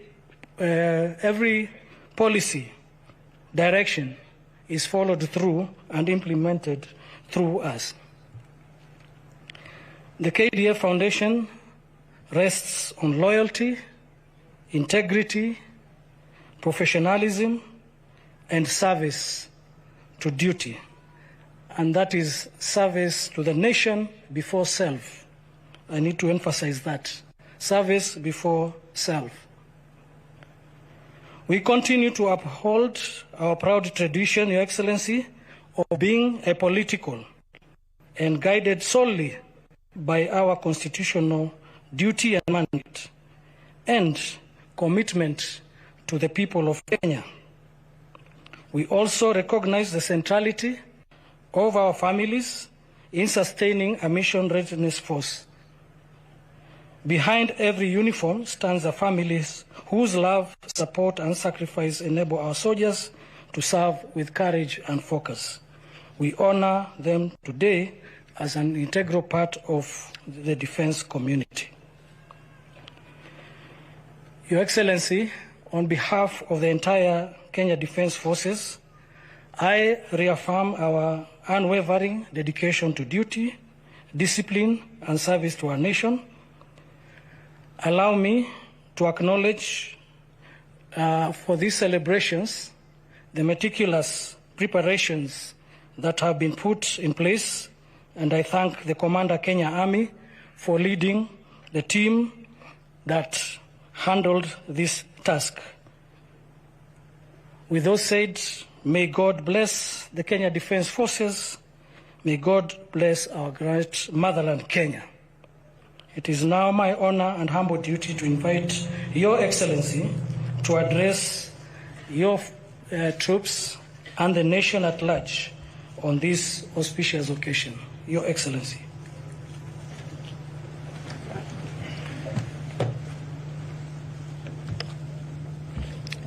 Thank you very much. We can take our seats. Cabinet Secretary, Ministry of Defense, Principal Secretary and Staff, Chief of the Defense Forces, retired Chiefs of Defense Forces, Service Commanders, General Officers, retired General Officers and Service Personnel, distinguished guests, ladies and gentlemen. It gives me great pride and honor to join today here at Moi Barracks, Eldoret, as we mark the Kenya Defence Forces Day. This occasion is a moment of deep national pride, a day when we pause as a nation to honor our gallant men and women in uniform, officers whose enduring courage and steadfast devotion to duty have safeguarded our sovereignty, upheld our security, and advanced our stability and prosperity. Today's celebrations, guided by the theme enhancing a soldier-centric approach towards mission readiness for national security and development, comes at a defining moment, capturing both the spirit of our times and the enduring call to place the soldier at the heart of our national security and development agenda. We are reminded that the true heart of our national defense lies not only in our weapons or technology, vital though they are, but in the courage, welfare, and the unwavering readiness of the Kenyan soldier. It is the soldier who stands as the living shield of our sovereignty, the steadfast pillar upon which our security progress and national destiny are built. At the core of our celebration today, ladies and gentlemen, is the recognition of the immense sacrifices made by our soldiers.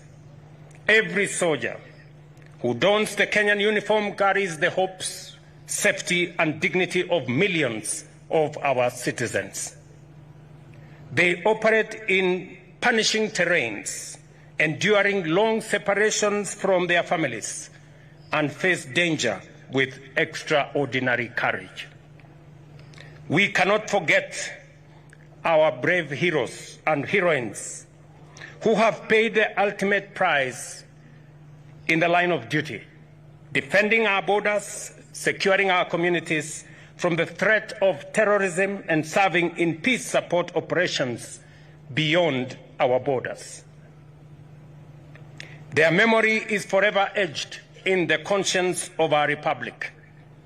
We owe an unending debt of gratitude to them and to their families, whose sacrifice continues to inspire our nation's resolve. As Commander-in-Chief, I solemnly reaffirm the government's resolute commitment to honoring their service through devoted care and support for their dependents. Ladies and gentlemen, mission readiness is measured by the strength of the men and women in uniform, their physical fitness, psychological resilience, moral grounding, and social support. That is why, as a government, we have set out 4 clear priorities to strengthen the foundation of our defense forces. The first, the welfare of the soldiers and their families. We have expanded healthcare in military facilities accelerated housing projects across services, bases, and barracks, and enhanced family support programs. When a soldier has the comfort of knowing that family is safe and supported, they serve with sharper focus, greater courage, and unshakable resolve. Second, we are investing heavily in training and professional development. We have upgraded training facilities, integrated advanced simulation technologies, and deepened professional military education. Through collaboration with allied nations, our troops now train alongside the best, mastering both conventional and modern forms of warfare. Third, we are modernizing our equipment and technology. Bravery alone does not win battles. Preparedness does. The government has fast-tracked the acquisition and modernization of defense systems, improved mobility platforms, and strengthened cyber and intelligence capabilities. The battlefield is changing rapidly, and Kenya must always remain a step ahead of emerging threats. Fourth, we are reinforcing psychological and spiritual support. Mission readiness demands inner peace and strength as much as physical endurance. We are scaling up programs to address post-traumatic stress, build resilience, and provide moral guidance, recognizing that the mind and spirit of a soldier are as vital as their skill and strength. Ladies and gentlemen, the Kenya Defense Forces now stand as a pivotal crossroads in history. The world around us is transforming from cyber warfare and terrorism to violent extremism, climate-driven security risks, and transnational organized crime around us. Closer home, we continue to guard our borders, protect our seas, and confront threats to our peace and stability. In all this, the Kenya Defense Forces have shown exemplary mission readiness. Through operations such as Linda Nchi, contributions to the Africa Union Transition Mission in Somalia, and the humanitarian assistance across our counties during national disasters, our officers have demonstrated that readiness is not confined to the battlefield. It also extends to every sphere where the safety and dignity of Kenyans are at stake. Our approach must therefore remain dynamic by strengthening intelligence gathering, fostering interagency collaboration, and investing in rapid deployment capabilities. Distinguished guests, security and development are two sides of the same coin. Without security, there can be no sustainable development. And without development, insecurity finds fertile ground. The KDF, through their discipline and professionalism, continues to contribute immensely to our national development agenda. Fellow citizens, the story of KDF is the story of what is possible when Kenyans choose excellence over average, service over selfishness, and courage over comfort. The transformation of our nation depends on this very spirit, the willingness to think big, to believe in our own potential, and to reject the limits of the ordinary. I have said it before, I repeat it here today again, that we must reject mediocrity in all its forms. We must aim higher, work harder, and serve better. We must settle for nothing less than the very best. Kenya Defense Forces are our heroes and patriots who continue to serve our beloved country with unmatched efficiency, discipline, and commitment. The KDF has remained a shining symbol of professionalism and integrity, not only in protecting our sovereignty, but also in driving the very transformation of our nation. Across Kenya, the fingerprints of the KDF are everywhere. You have built roads that connect communities and open new frontiers of opportunity. You have supported the construction of hospitals and schools that give life and hope to our people. You have played a pivotal role in iconic infrastructure projects such as Talanda Stadium, embodying our belief in talent, excellence, and national pride. In the North Rift, your courage and discipline have restored peace and order, allowing families and businesses to thrive once again. Our soldiers have also been instrumental in disaster response, medical outreaches, and environmental conservation efforts such as tree planting, all of which strengthen our national resilience and defense. We shall continue to harness the skills and expertise of the Kenya Defence Forces in nation-building projects, whether in housing, manufacturing, innovation, or national infrastructure. And I'm very proud that finally we will have the Ulinzi Construction Company that will have all the capabilities for us to have KDF undertake construction of roads, bridges, houses, especially in difficult areas of our nation.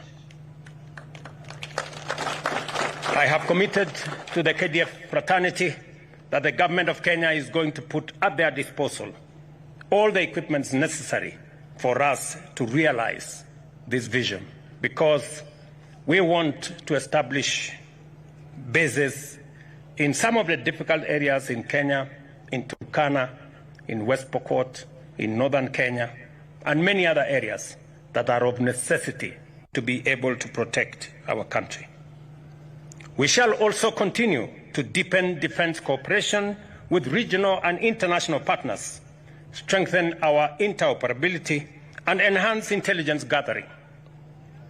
These partnerships not only improve our mission readiness, but also elevate Kenya's role as a responsible and respected member of the international community. As President and Commander-in-Chief, I am proud of what you have achieved, not only because you serve with honor, but also because your work gives life to the government's vision of a transformed and prosperous Kenya. You are builders of the Kenya we dream of, a Kenya that is modern, united, secure, and full of possibility. To the men and women of the Kenya Defence Forces, your patriotism, discipline, and professionalism inspired this great republic. You remind us that Kenya's destiny will not be achieved by half measures, but by total dedication to duty and to one another. As I said, we must believe in God, we must believe in ourselves, and we must believe in our country. It is the ingredients that will inspire us to move this nation from a third world country to a first world country in our lifetime. With the example that has been set by the Kenya Defence Forces, it expands the horizon of possibilities that can be achieved by our nation, Kenya. KDF has served in the international community in the peacekeeping missions around the world with exceptional excellence. They remind us that that excellence in our soldiers, in our military personnel, exists in every Kenyan. And therefore, we must never settle for the average or the ordinary. We must always work for the very best and the excellent. That is how we are going to move this country to the next level.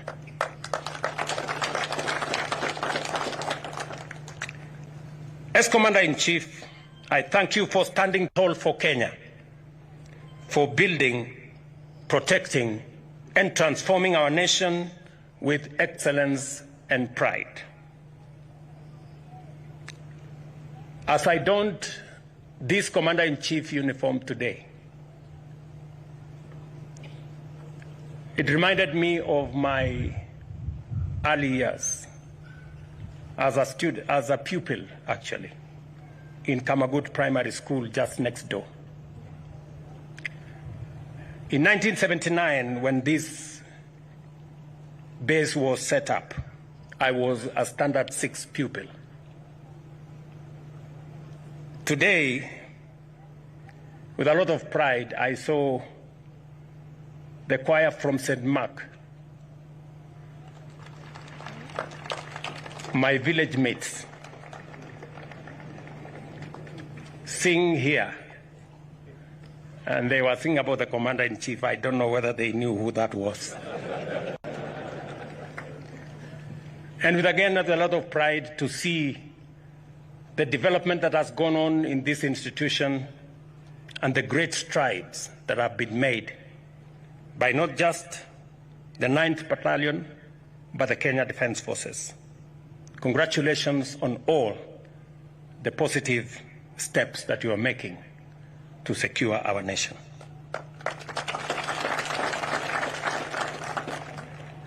Once upon a time, I watched as a pupil, as there was training of soldiers around this compound. We saw them carry huge logs on their shoulders, go through waters. Today, I take pride that Kenya is making steps, positive steps. Ladies and gentlemen, the soldiers' mission is not theirs alone. It is ours collectively as a nation. Every citizen has a role in safeguarding peace and stability. Communities must work with our security agencies to identify and report threats.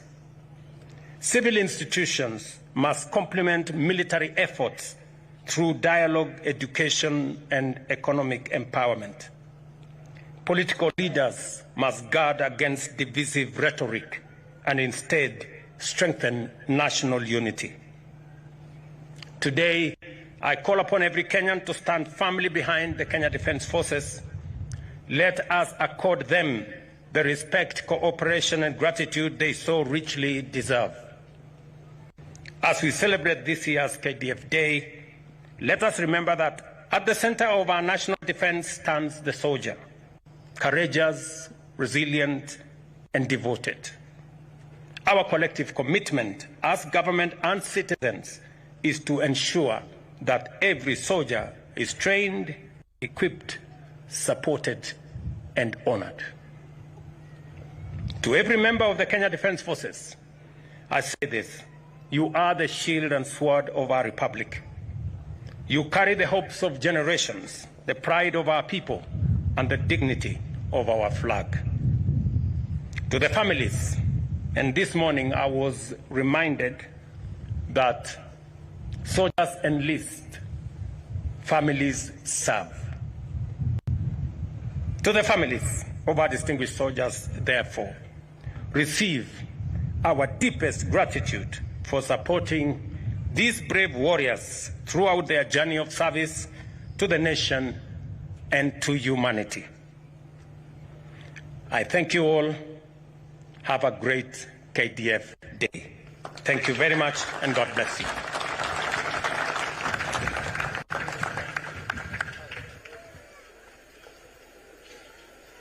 Asante sana Mheshimiwa Rais. Kinafuata kipindi cha sherehe za machweo ya jua, beating of the retreat by the KDF band. Bendi, tafadhali wapo mko tayari, uwanja ni wenu.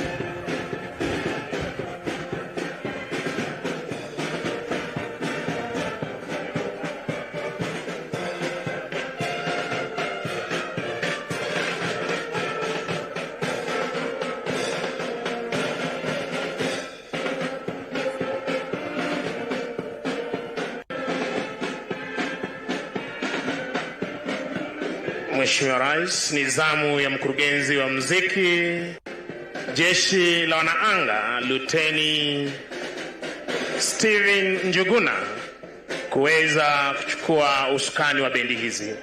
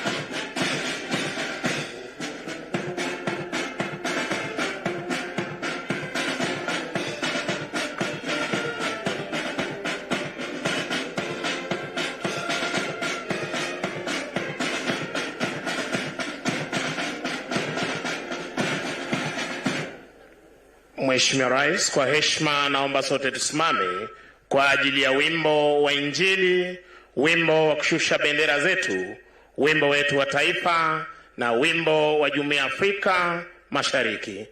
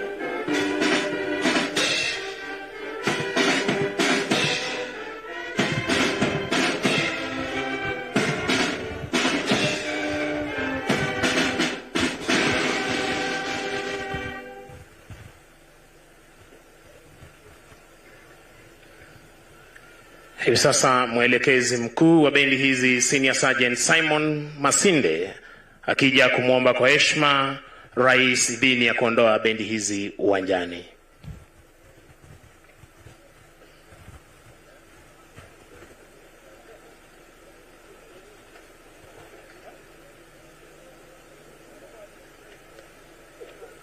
Mheshimiwa Rais, naomba kwa heshima tuketi tafadhali.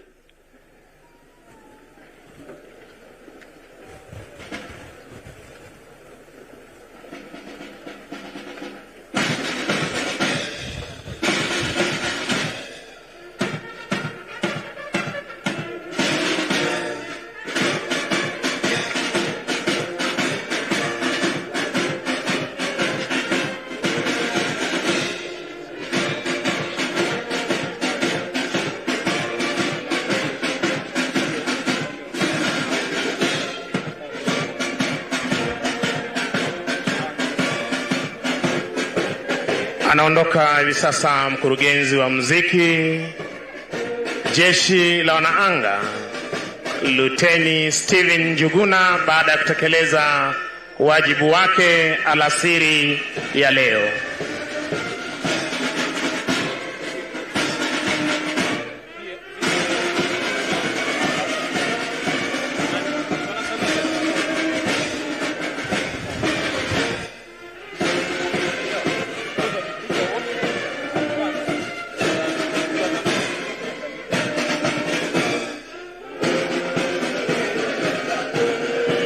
Asante sana Mheshimiwa Rais kwa kuweza kupokea saluti hiyo kutoka kwa bendi za majeshi ya ulinzi. Mheshimiwa Rais wanapoondoka, nitaomba tuweze kuketi ili tuweze kupewa utaratibu wa picha ya kumbukumbu. Siku hii ya leo tarehe 14 Oktoba mwaka huu 2025 tuliweza kutekeleza na kusherehekea sherehe za siku ya KDF katika kikosi hiki cha 9 Moi Barracks hapa Eldoreti. Mheshimiwa Rais, utashuhudia ukiwa amiri jeshi mkuu kwamba kila kitu katika majeshi ya ulinzi hufanywa kwa mpango na kwa muda mfupi. Ndiposa Mheshimiwa Rais, tunazidi kushukuru majukumu ambayo umetupa ya kuweza kuendelea na ulinzi wa taifa na hali kadhalika kuhakikisha kwamba miundo misingi ya taifa letu la Kenya inazidi kuboreshwa.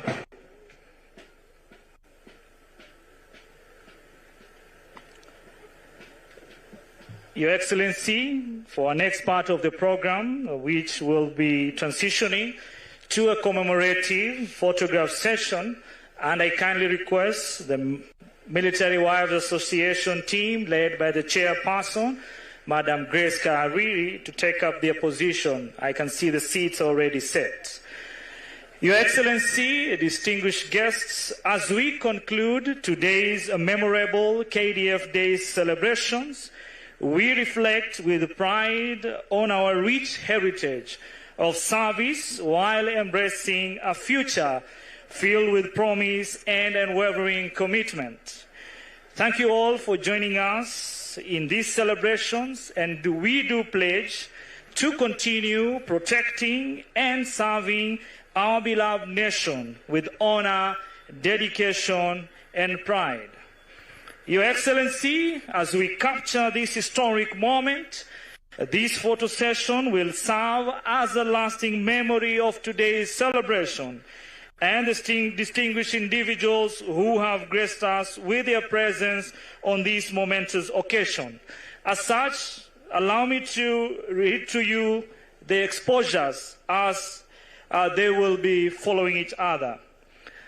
Your Excellency, I now kindly request the Permanent Secretary for Defense, the Vice Chief of Defense Forces,